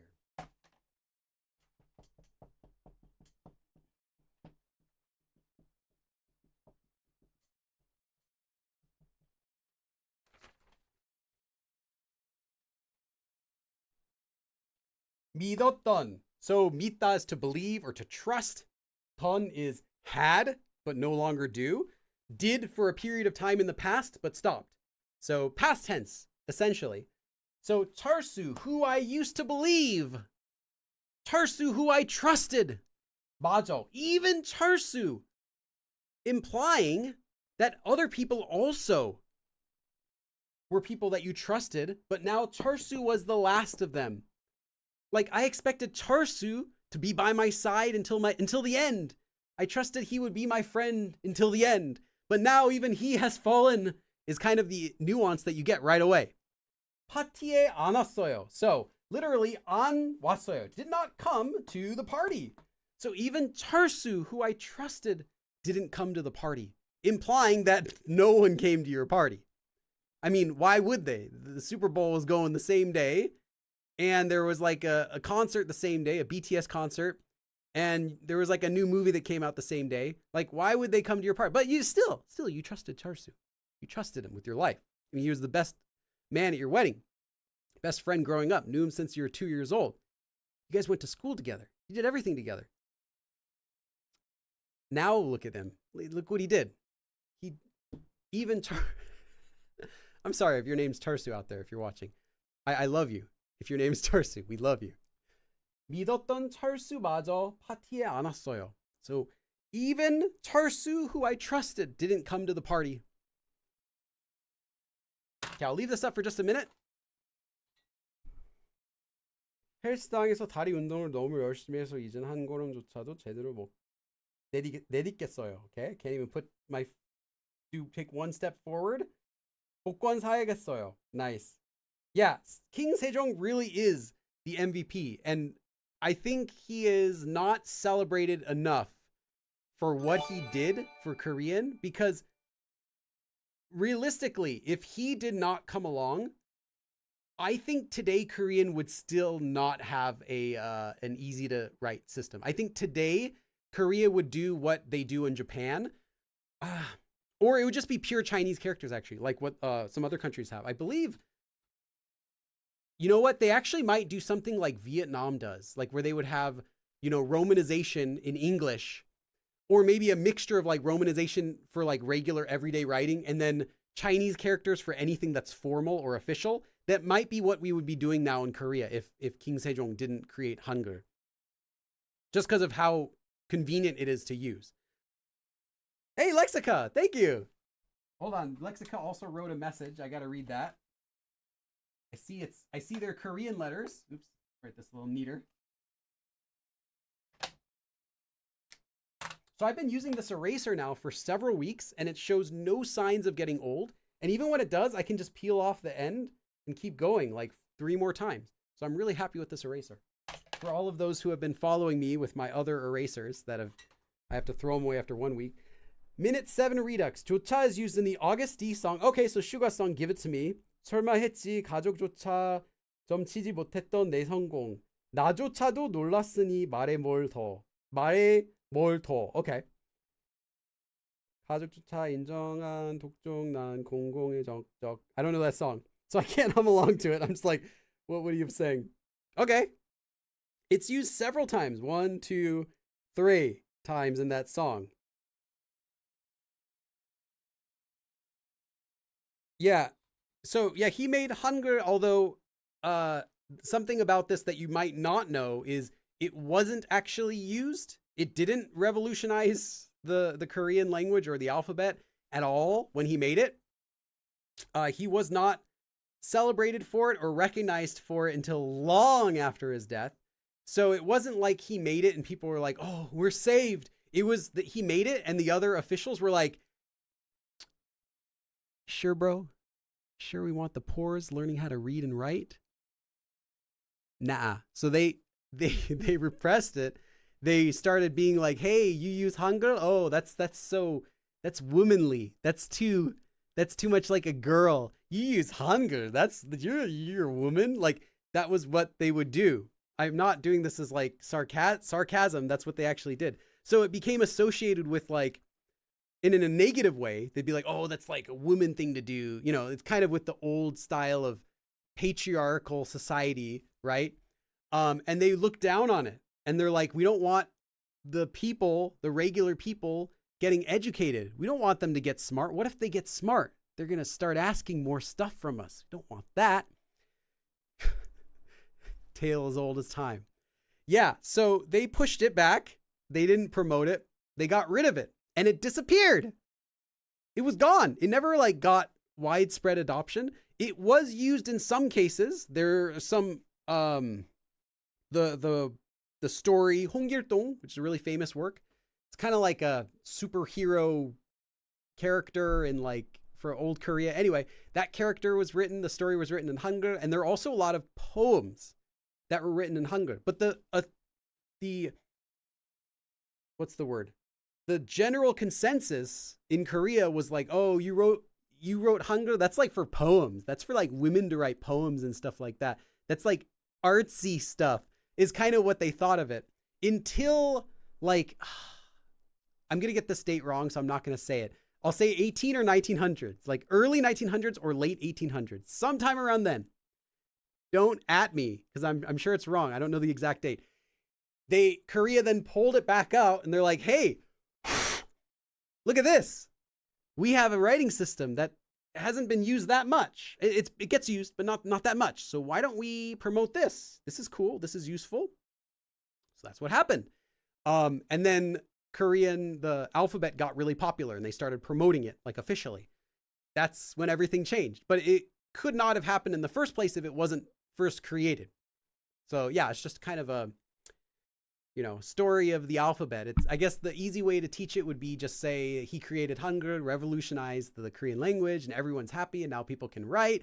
But that's not really what happened. It was still repressed, and the government officials were like, nope, we're not letting you guys get smart. We're not gonna we're not gonna push this on anyone, So yeah, it wasn't really a big thing until more recently. Peer pressure. I think we need a K-drama of a linguist time traveling to the court of King Sejong to know how great. Didn't they make that drama? Are you trolling me? I think I saw that drama, or I think I saw some scenes from that drama before, right? There was that drama where like the woman goes back in time, I think, right? And she's like visiting his palace or whatever, and there's like Hangul hanging all on the walls or something, right? I can't remember the name of the drama, but I think that exists. Was there a particular reason they dug it back up? Yes. Let me think of the best word for this. So for preface, I am like, despite being a Korean teacher, I'm like one of the last people you want to ask about Korean history, because my knowledge of Korean history is so shallow that it's kind of like, you know just enough to be harmful, right? Sometimes that's kind of the case. You're not a master at it, but you don't know nothing. You know more than nothing, right? I know more than the average person, sure. But it's just enough to be harmful. It's just enough that I don't know enough to go into teaching it. So I'll preface what I'm going to say with that. Korea at the time wanted some more ways to promote their own culture to Koreans, to feel more pride for themselves, to feel better about their country. Korea has a really rough history, and they've pulled up a few things that kind of like, hey, well, what about this? This is cool. This is something we can be proud of. One of the things also was Hangul. So it's like, hey, this was made by us. It makes life easier for us. This is a literal like win-win for everyone at this point. Let's promote this. So that's all I'm going to say without being like, horrendously wrong, because I can't tell you the date that they did this or like who did this, who's the they. But that's kind of the idea, is like, hey, let's get something, let's promote this because we want to have more, like pride for our country. Like we want to feel better about our country. We're like always, Korea's getting beat down a lot, both internally and externally. And it's like, we need a feel good moment. Daddy needs a win, that sort of thing. So yeah, and it wasn't like it was forgotten or it didn't exist or anything. It was being used. It just wasn't like a widespread thing.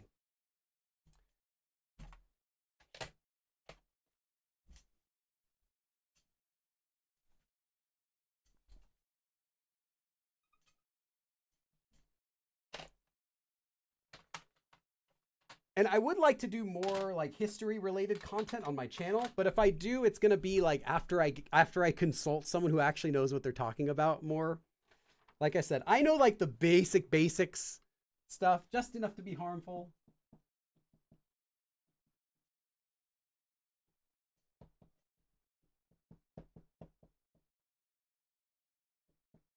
But it's okay. I'm a Korean teacher. I'm not a Korean history teacher, so.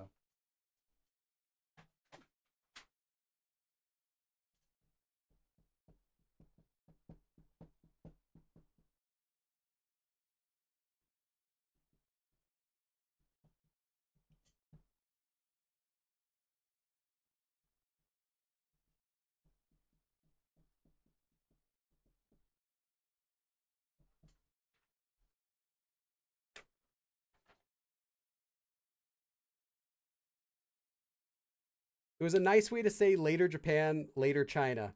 Yeah. Yeah, that's part of it too. It's like, because Korea is like, it was a vassal state of China for so long, meaning it wasn't controlled by China, but they have to pay money. They're paying like all these taxes to China every year, which is another different story. They were doing that for a long time, and then it's like, hey, we're gonna finally, like, let's take some pride back in ourselves. We're all they're using is Chinese to write everything. It's like, Japan's coming in here, China's over here. It's like, come on, what do we got? Well, we actually have this really cool thing. Okay, we have Hangul. Let's promote that. It'll be useful. Okay, let's see. See if I missed any other. The movie called King Second or something? There's a movie called 말모이 about the creation of a Hangul dictionary in the 1940s. Okay. Sounds like a good podcast guest. Yes, that would be something. If I can find someone who would be a good guest for that. The person I mentioned would not make a good podcast guest. But if I could find someone who's like good, it specializes in Korean history, I think that could be cool. I would like to learn more about that myself. Okay.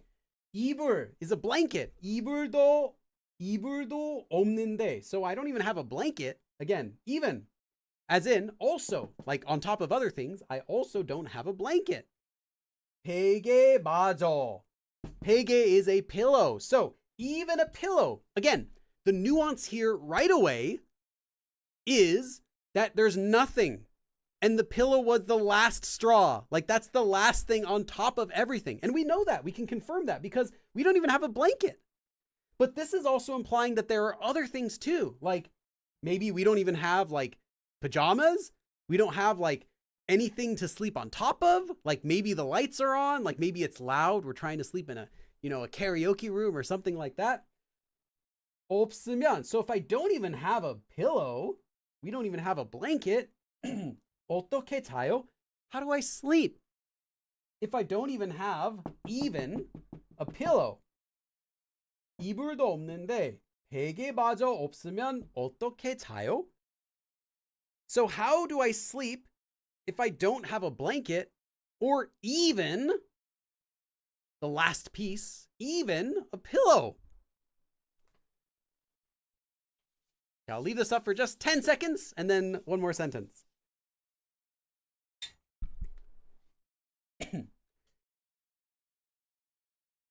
But yeah, there was a drama about that. I remember seeing a clip or a clip of like or maybe it was a student that time travels or something. Yeah, I think it was a student or something. And then they're like walking around the palace with King Sejong and talking with him or something like that. I don't know what the rest of the drama is, but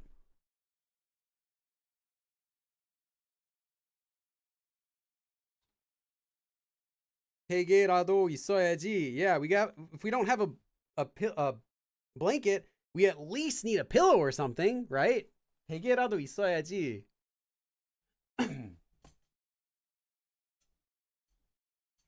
Like I can sleep without a blanket, but without a pillow? Nah. I mean, I'm not someone who can sleep on my arm because then my arm like falls asleep, right? It'll hurt. Like, how do you sleep? You just have to sleep on your back. And like, it's not comfortable. I can't do that. Can anyone do that? Can anyone sleep without a pillow? Okay, last sentence.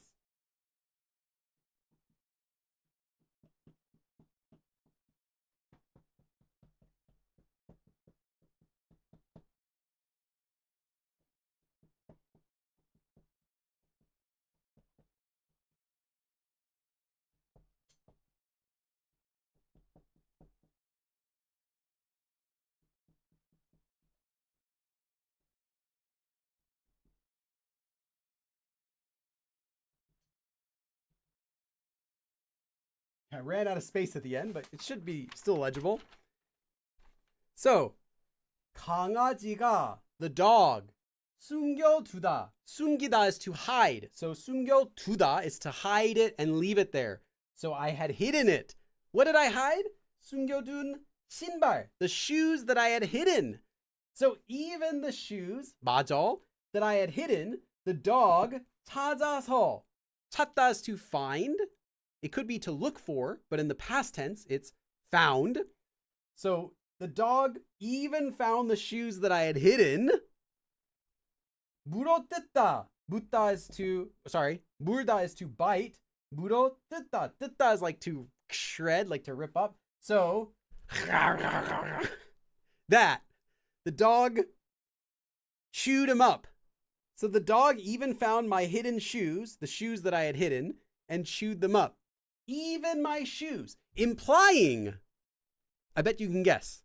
What does that imply? Does it mean that, man, I can't believe the dog found those shoes. I had them hidden forever. Wow, they shredded my shoes and nothing else. I can't believe they even shredded my shoes. It implies that the dog had already shredded up everything else. Like, This was the last thing that they hadn't found, was my hidden shoes. Like, man, they ripped up my gift cards. They ripped up my clothes. They ripped up my homework. The dog even, after everything, the last thing is they even found my hidden shoes and chewed those up. 강아지가 숨겨둔 신발마저 찾아서 물어뜯었어요. 찾아서 물어뜯었네요. Sorry, I read it without the 네요 at the end. 찾아서 물어뜯었네요. The dog even found my hidden shoes and chewed them up. I don't have a dog, but I know people who have dogs, and one of the people I knew, his Dalmatian would get so angry every time he left the house. One time he went to a Dodgers game, I think, or like a movie. It was a really long time. I think it was a Dodgers game. And it was around Christmas time. The dog got into his locked closet and ripped up all of his Christmas presents he had bought for other people. This was like in the early 2000s. And he had spent like well over $2,000, I think, on Christmas presents. He had bought like a Palm Pilot. I remember he'd bought like hundreds of dollars in gift cards and like a bunch of other things. The dog ripped up everything, like ate the gift cards. Like, it was bad. It's pretty funny though now, but it was bad. Okay.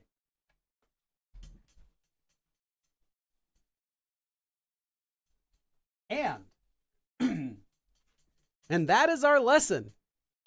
That is 좋다 and 맞아. Before we go though, let me take a quick thumbnail. See, something like this.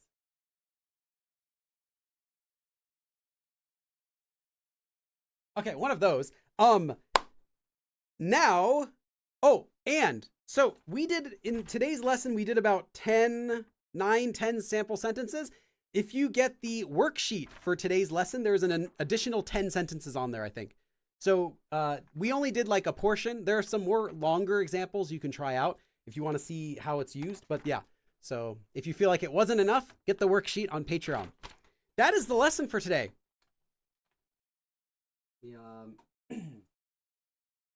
Yes. Put that here. I'm going to put my Patreon page. I'm also going to put the Google document where you can see all the lessons. So that is the end of our lesson. Let me know if you have any questions. I'm going to stick around for just about 10-15 minutes and answer some questions. Feel free to ask me anything you want to know, whether about this lesson or anything else.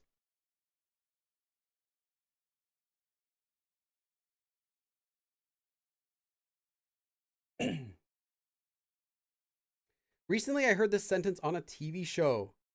집이란 게 누구와 있느냐가 중요하다는 거. So, it could be 있느냐 or 있냐. It is, let's see, what's your level, Mafas? How do I want to explain it to you? The simplest way is, it is simply 이을까, the subject marker, and then whatever the thing before it.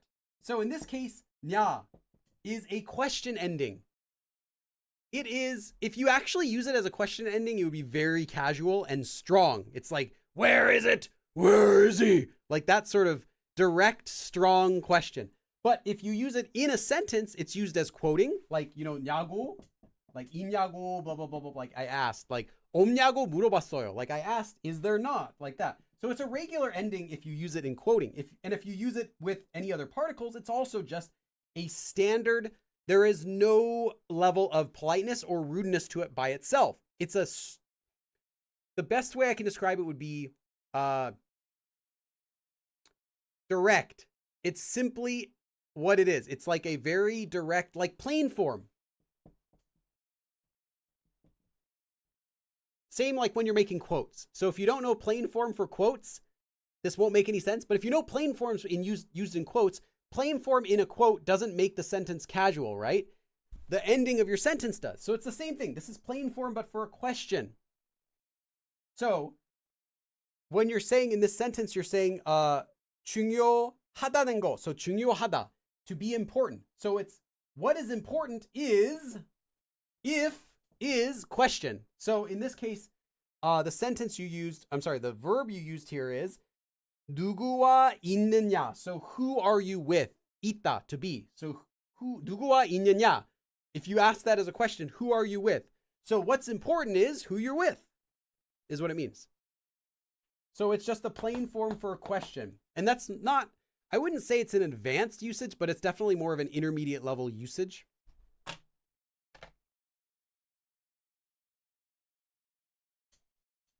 Although the sentence you gave is quite long, so that also would lead to some confusion. But yeah, at its core, it's just the same as like plain form, but for a question. And there are other plain form forms that you'll see. Was that Batman from College Humor? Hi, I'm Batman. Is going to sleep. Wait, what was it? I overfed Mr. Fishy. I think something like that, yeah. Been studying for 2 years, so I hope my level is at least all right.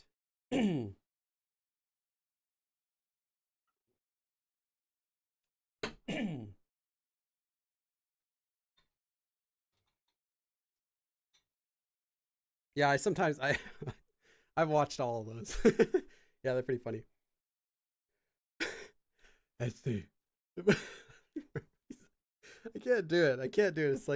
It's like start laughing. I don't know how they do it without just bursting up laughing in every take.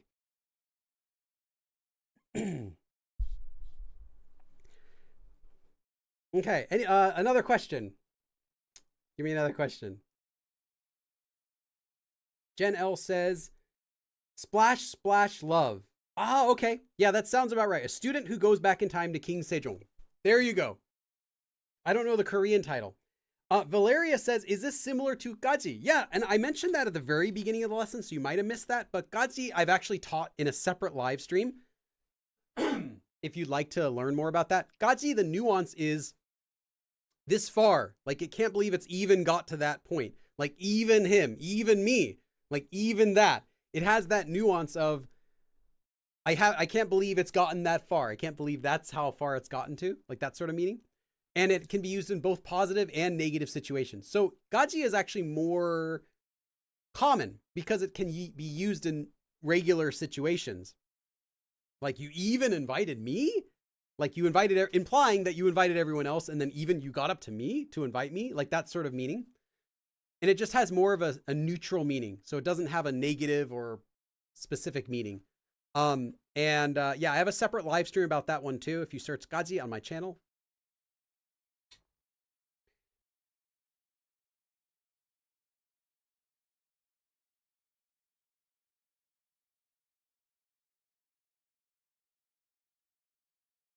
Let's see. Oh, Lexica made a good comment about King Sejong. We were talking about that before. You say, on top of being amazing, he was a visionary, unappreciated in his own time. He was also appreciated in his time, but yeah, you're right. He did a lot of stuff that at the time he did it, I don't think he would have gotten much praise for it. Like, he didn't have to go that far. He didn't have to do a lot of the stuff that he did. Like, he went out of his way to hire like the most qualified people to work with him. He didn't have to do that, but he purposely would find people that he knew were like really smart and talented, and then like help train them and encourage them so that they can then work for him. He didn't have to do that. So he made it a point of surrounding himself with intelligent people. He didn't have to go out of his way and make an alphabet. No one asked him to do that. No one paid him. And yeah, he didn't get to see the fruits of that much. Like, he made it and then he's like, all right, he announced it, and then kind of like, fizzles. Like, they don't want it. That sort of thing. I mean, the people would have wanted it, but the other leaders didn't want that. So yeah, I think it's pretty accurate. Now, he didn't do like a million things. Like, he didn't like change the entire world, that sort of thing, but he did a ton of things in Korea. He also had some inventions that I think he like, not that he made them himself, but he sponsored the people specifically who were responsible for making all of these really cool inventions. Like, they wouldn't have existed if King Sejong wasn't like hiring those people to work for him. So yeah.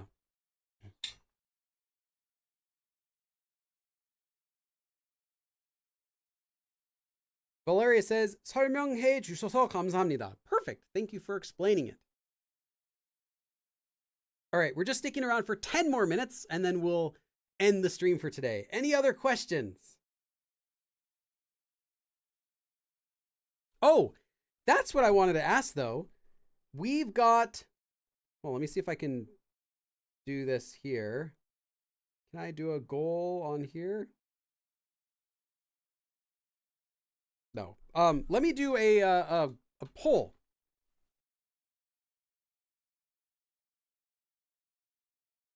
Let's see. Poll. Okay. Poll is beginner. Let me do that. Intermediate. I can't spell it like I'm typing sideways. So I apologize if there's a typo. Okay. For the new voting options we get, I always try to get a variety of voting topics, of voting difficulties. Like, you know, this time I think most of them were intermediate, but there were a couple beginner topics. Sometimes there are a lot of advanced topics. I've done votes where all of the topics are advanced. With the people remaining right now who are watching my stream, what difficulty level would you like to see a little bit more of for this coming vote? Just for this next vote, which will come tomorrow. Would you like to see, you know, I'm not going to do all of it like this. I'm not going to do all beginner or all advanced, but which would you like to see a little bit more of for this coming vote that'll put up tomorrow? Sometimes people comment like, oh, Billy, how come you don't do more intermediate topics? Like I have, most of my live streams are actually intermediate topic, but depending on when you look at the vote, those ones might not show up just because people typically pick the beginner ones first. So which would you like to see more of? And I'll try to include maybe more of those in the upcoming vote tomorrow for live streams. I'll leave this up for just a minute. There aren't too many of you here right now, so whoever's here gets the privilege of picking. Thank you for always being the answer to what Google can't explain. Nice. Did you ever study Hanja? Yes, I did study Hanja. I studied Japanese and I did kanji together with my Japanese studies for about 2 of the 3 years I did that. And then I've done Hanja study like throughout my entire time studying Korean. It's just you end up studying it because you end up seeing it everywhere. And how did I manage to do it? I originally did with Japanese, you have to know how to write it as well as read it a lot. So for that, I just did the traditional studying where you write it a bunch of times. But then with Korean, you don't need that. You just need to know that it's a character that means this and has this sound. You don't need to read it or write it much, except for like really basic ones like the days of the week and the numbers and stuff like that. It was just a lot of reading the dictionary and paying attention to when I see a word that has a hanja in it. It was just more of like being perceptive to that. So when I would learn a new word and I'd look it up in the dictionary, I'd also always look at what the hanja was. And then I would check, oh, is that the hanja that means this? Oh, okay. I would just kind of keep it in mind. I would also, whenever I write a word down in my vocabulary deck, I would also usually try to pull in the hanja, even if it wasn't like a common hanja. Just because when you do that, for so many words, you'll recognize that a lot of words share the same hanja. So like, oh, this word, I didn't realize it's the same as this. Like it has the same, hanja in it. Some words are the same hanja, like just switched around. So that's pretty much how I did it. And then whenever I make my Korean FAQ hanja episodes, I also go back and I do double research on whatever hanja that I'm going to do. So I'll have like a hanja in mind that I want to teach, like, oh, I want to teach this one because it's used in this and this and this. And it's also used in this really unique situation that I think learners might not have realized. But instead of just doing that, I'll then go and I have some books and I'll also make sure I'm getting the origin correct. Sometimes the origin in one of my books is wrong. So I have to like check things to make sure I'm getting it right. And then figuring out what other words it's commonly used with, and then I'll compile that into a nice, polished lesson when you see them get uploaded. Okay, let's close the vote. Wow. Intermediate won with like 70%. And after that was beginner with about 19%. This is just for the next live voting options. So which one should we have more of for the next voting options? Not saying they're all going to be intermediate level, but do we want to have, for example, like since intermediate one, I'll probably make sure I have at least two of the options or two or three of the four options will be intermediate level.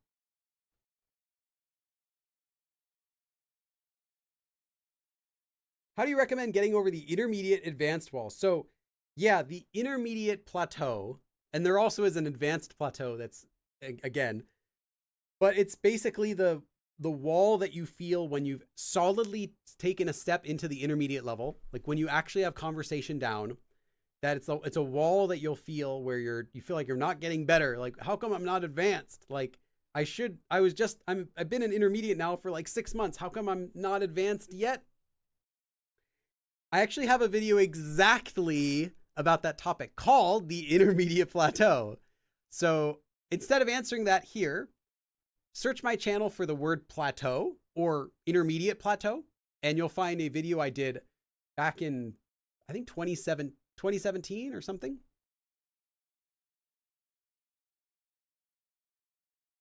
Can we pass TOPIK 2 if we only know intermediate?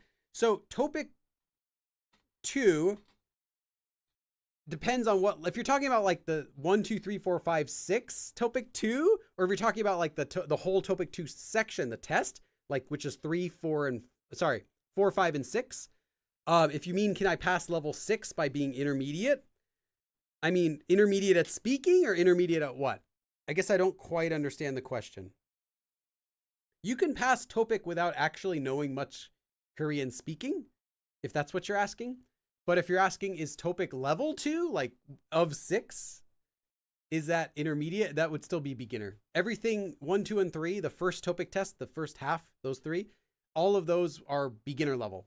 Intermediate wouldn't even start until like level 4, I think. But if you prepare for TOPIK, you don't really need to be really good at Korean to pass it. It's just more of a general kind of a test to see how much you've learned, not necessarily how good is your Korean speaking. Would learning Hanja help in my quest to learn and understand Korean names? Understanding names, sure, but people usually don't think about the Hanja meanings in their names when they say them. And most people will know what Hanja is used in their name, but I also found a lot of people don't know how to write it. Like you'll ask, for example, what's your name? Oh, my name's, like Youngie. Oh, really? Do you know what characters are used in there? They'll be like, oh, I know he is going to be, there's like a happy luck sort of he word, but they're like, oh, I think it's young for this. Or like they'll know their characters, but they won't be able to write it. If you were to ask them, can you write your name in Hanja? They wouldn't be able to do it. Most people anyway. I mean, if you really want to understand the meaning of names, then yes, you would 100% need to know Hanja, because the same Korean name, like Soyoung, can be written in like 3 or 4 different ways. And it'll just depend on what characters for their name the parents picked. So yeah, you would have to know Hanja for that. Is there a live stream tomorrow? Live streams are only on Sundays. So the next live stream will be next Sunday. But then after that, the next Sunday will be off. Sometimes it's fun. Oh, Raymond wrote something and retracted it. I didn't get to see it. You just wrote, sometimes it's fun. What is fun? I need the meaning to remember stuff. Yeah, if you like Hanja, go ahead and learn it, but make sure that you're not spending your regular study time doing that. Like that should be like a bonus you add on top of your studying. It's not going to help you speak better until you've gotten to like a really solid intermediate level. I think though it's great. I think if you learn that like the general character's meaning, you don't have to recognize exactly how to write it, but you recognize there's a character that means like ak or nak or lak, that means like playing or game or something, and then you see another word that means this, and you're like, oh, well, it must mean this word, like nak one. Oh, that's like one is like garden, so like a peaceful, happy garden. Oh yeah, that's paradise. Or like, you can ak, like, oh, that's like playing instruments, so that's like music. Like you can learn, if you learn the words, the Hanja, the sound and the meaning of it, you can more easily memorize vocabulary words, especially when you start getting into like really advanced vocabulary words. If you see, like, I don't know, if you see something that ends with like 콜 means like bone. So if you know any word that ends with 콜 and you see a word in a context that seems like it would mean bone, you can know, oh, that must mean a bone, even if you don't know, like it's like some really specific bone name or something that you don't know. Like, what's the word for tibia bone, or what's the word for the upper, like all these words, you can kind of recognize them without having to look up the word, just because you know that that's the hanja for bone, like that sort of stuff. And Hangul, like, oh, Hangul, oh, there's a bone. Oh, that's skeleton. Like this sort of stuff. When is Chuseok this year? Chuseok's coming up soon. I think that's like Monday? I have to check. Yeah, tomorrow. Although right now it's holiday. So you can tell people, happy Chuseok, but pressed enter too early. I was saying it's fun to know the hanta for some names. Ah, Mr. Beck from Breaking Bad, which I have never seen, but I know the show because I've watched like so many little clips of it.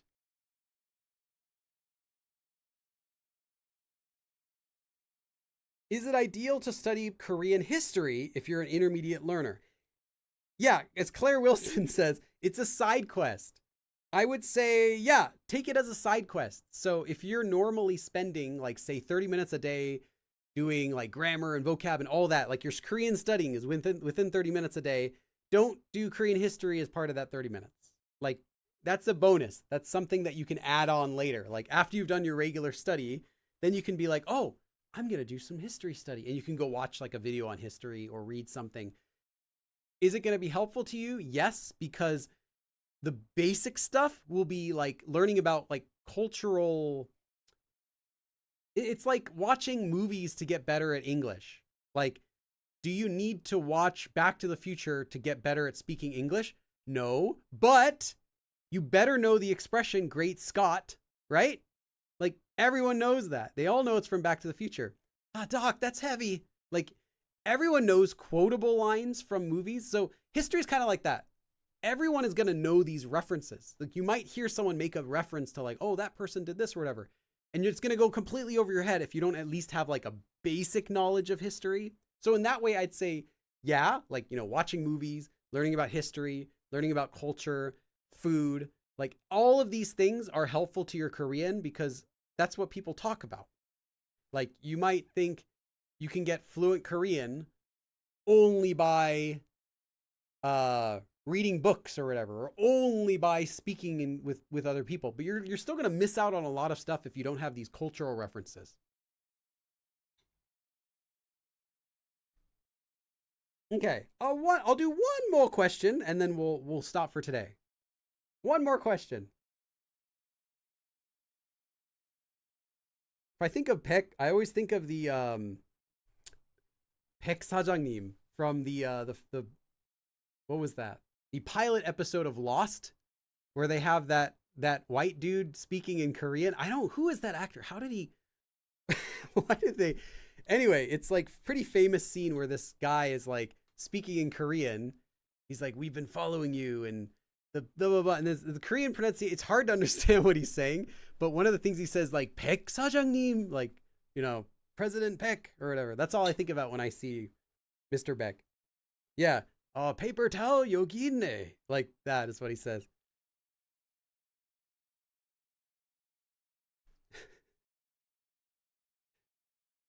여태까지 날 미행한 거야? They're trying to do my impression of, yeah. 그럼. I sometimes do that with my friends. When I'm in the bathroom with my friends in Korean, I'll be like, oh, paper towel 여기 있네. Like that. And you point at the paper towel roll. They all know the reference. That's what the guy says. But yeah, it's just little things like that it's like, is it essential for speaking Korean? I would argue yes. For speaking Korean well, you should know a lot of like the common, sorts of cultural like trends and like expressions and stuff like that.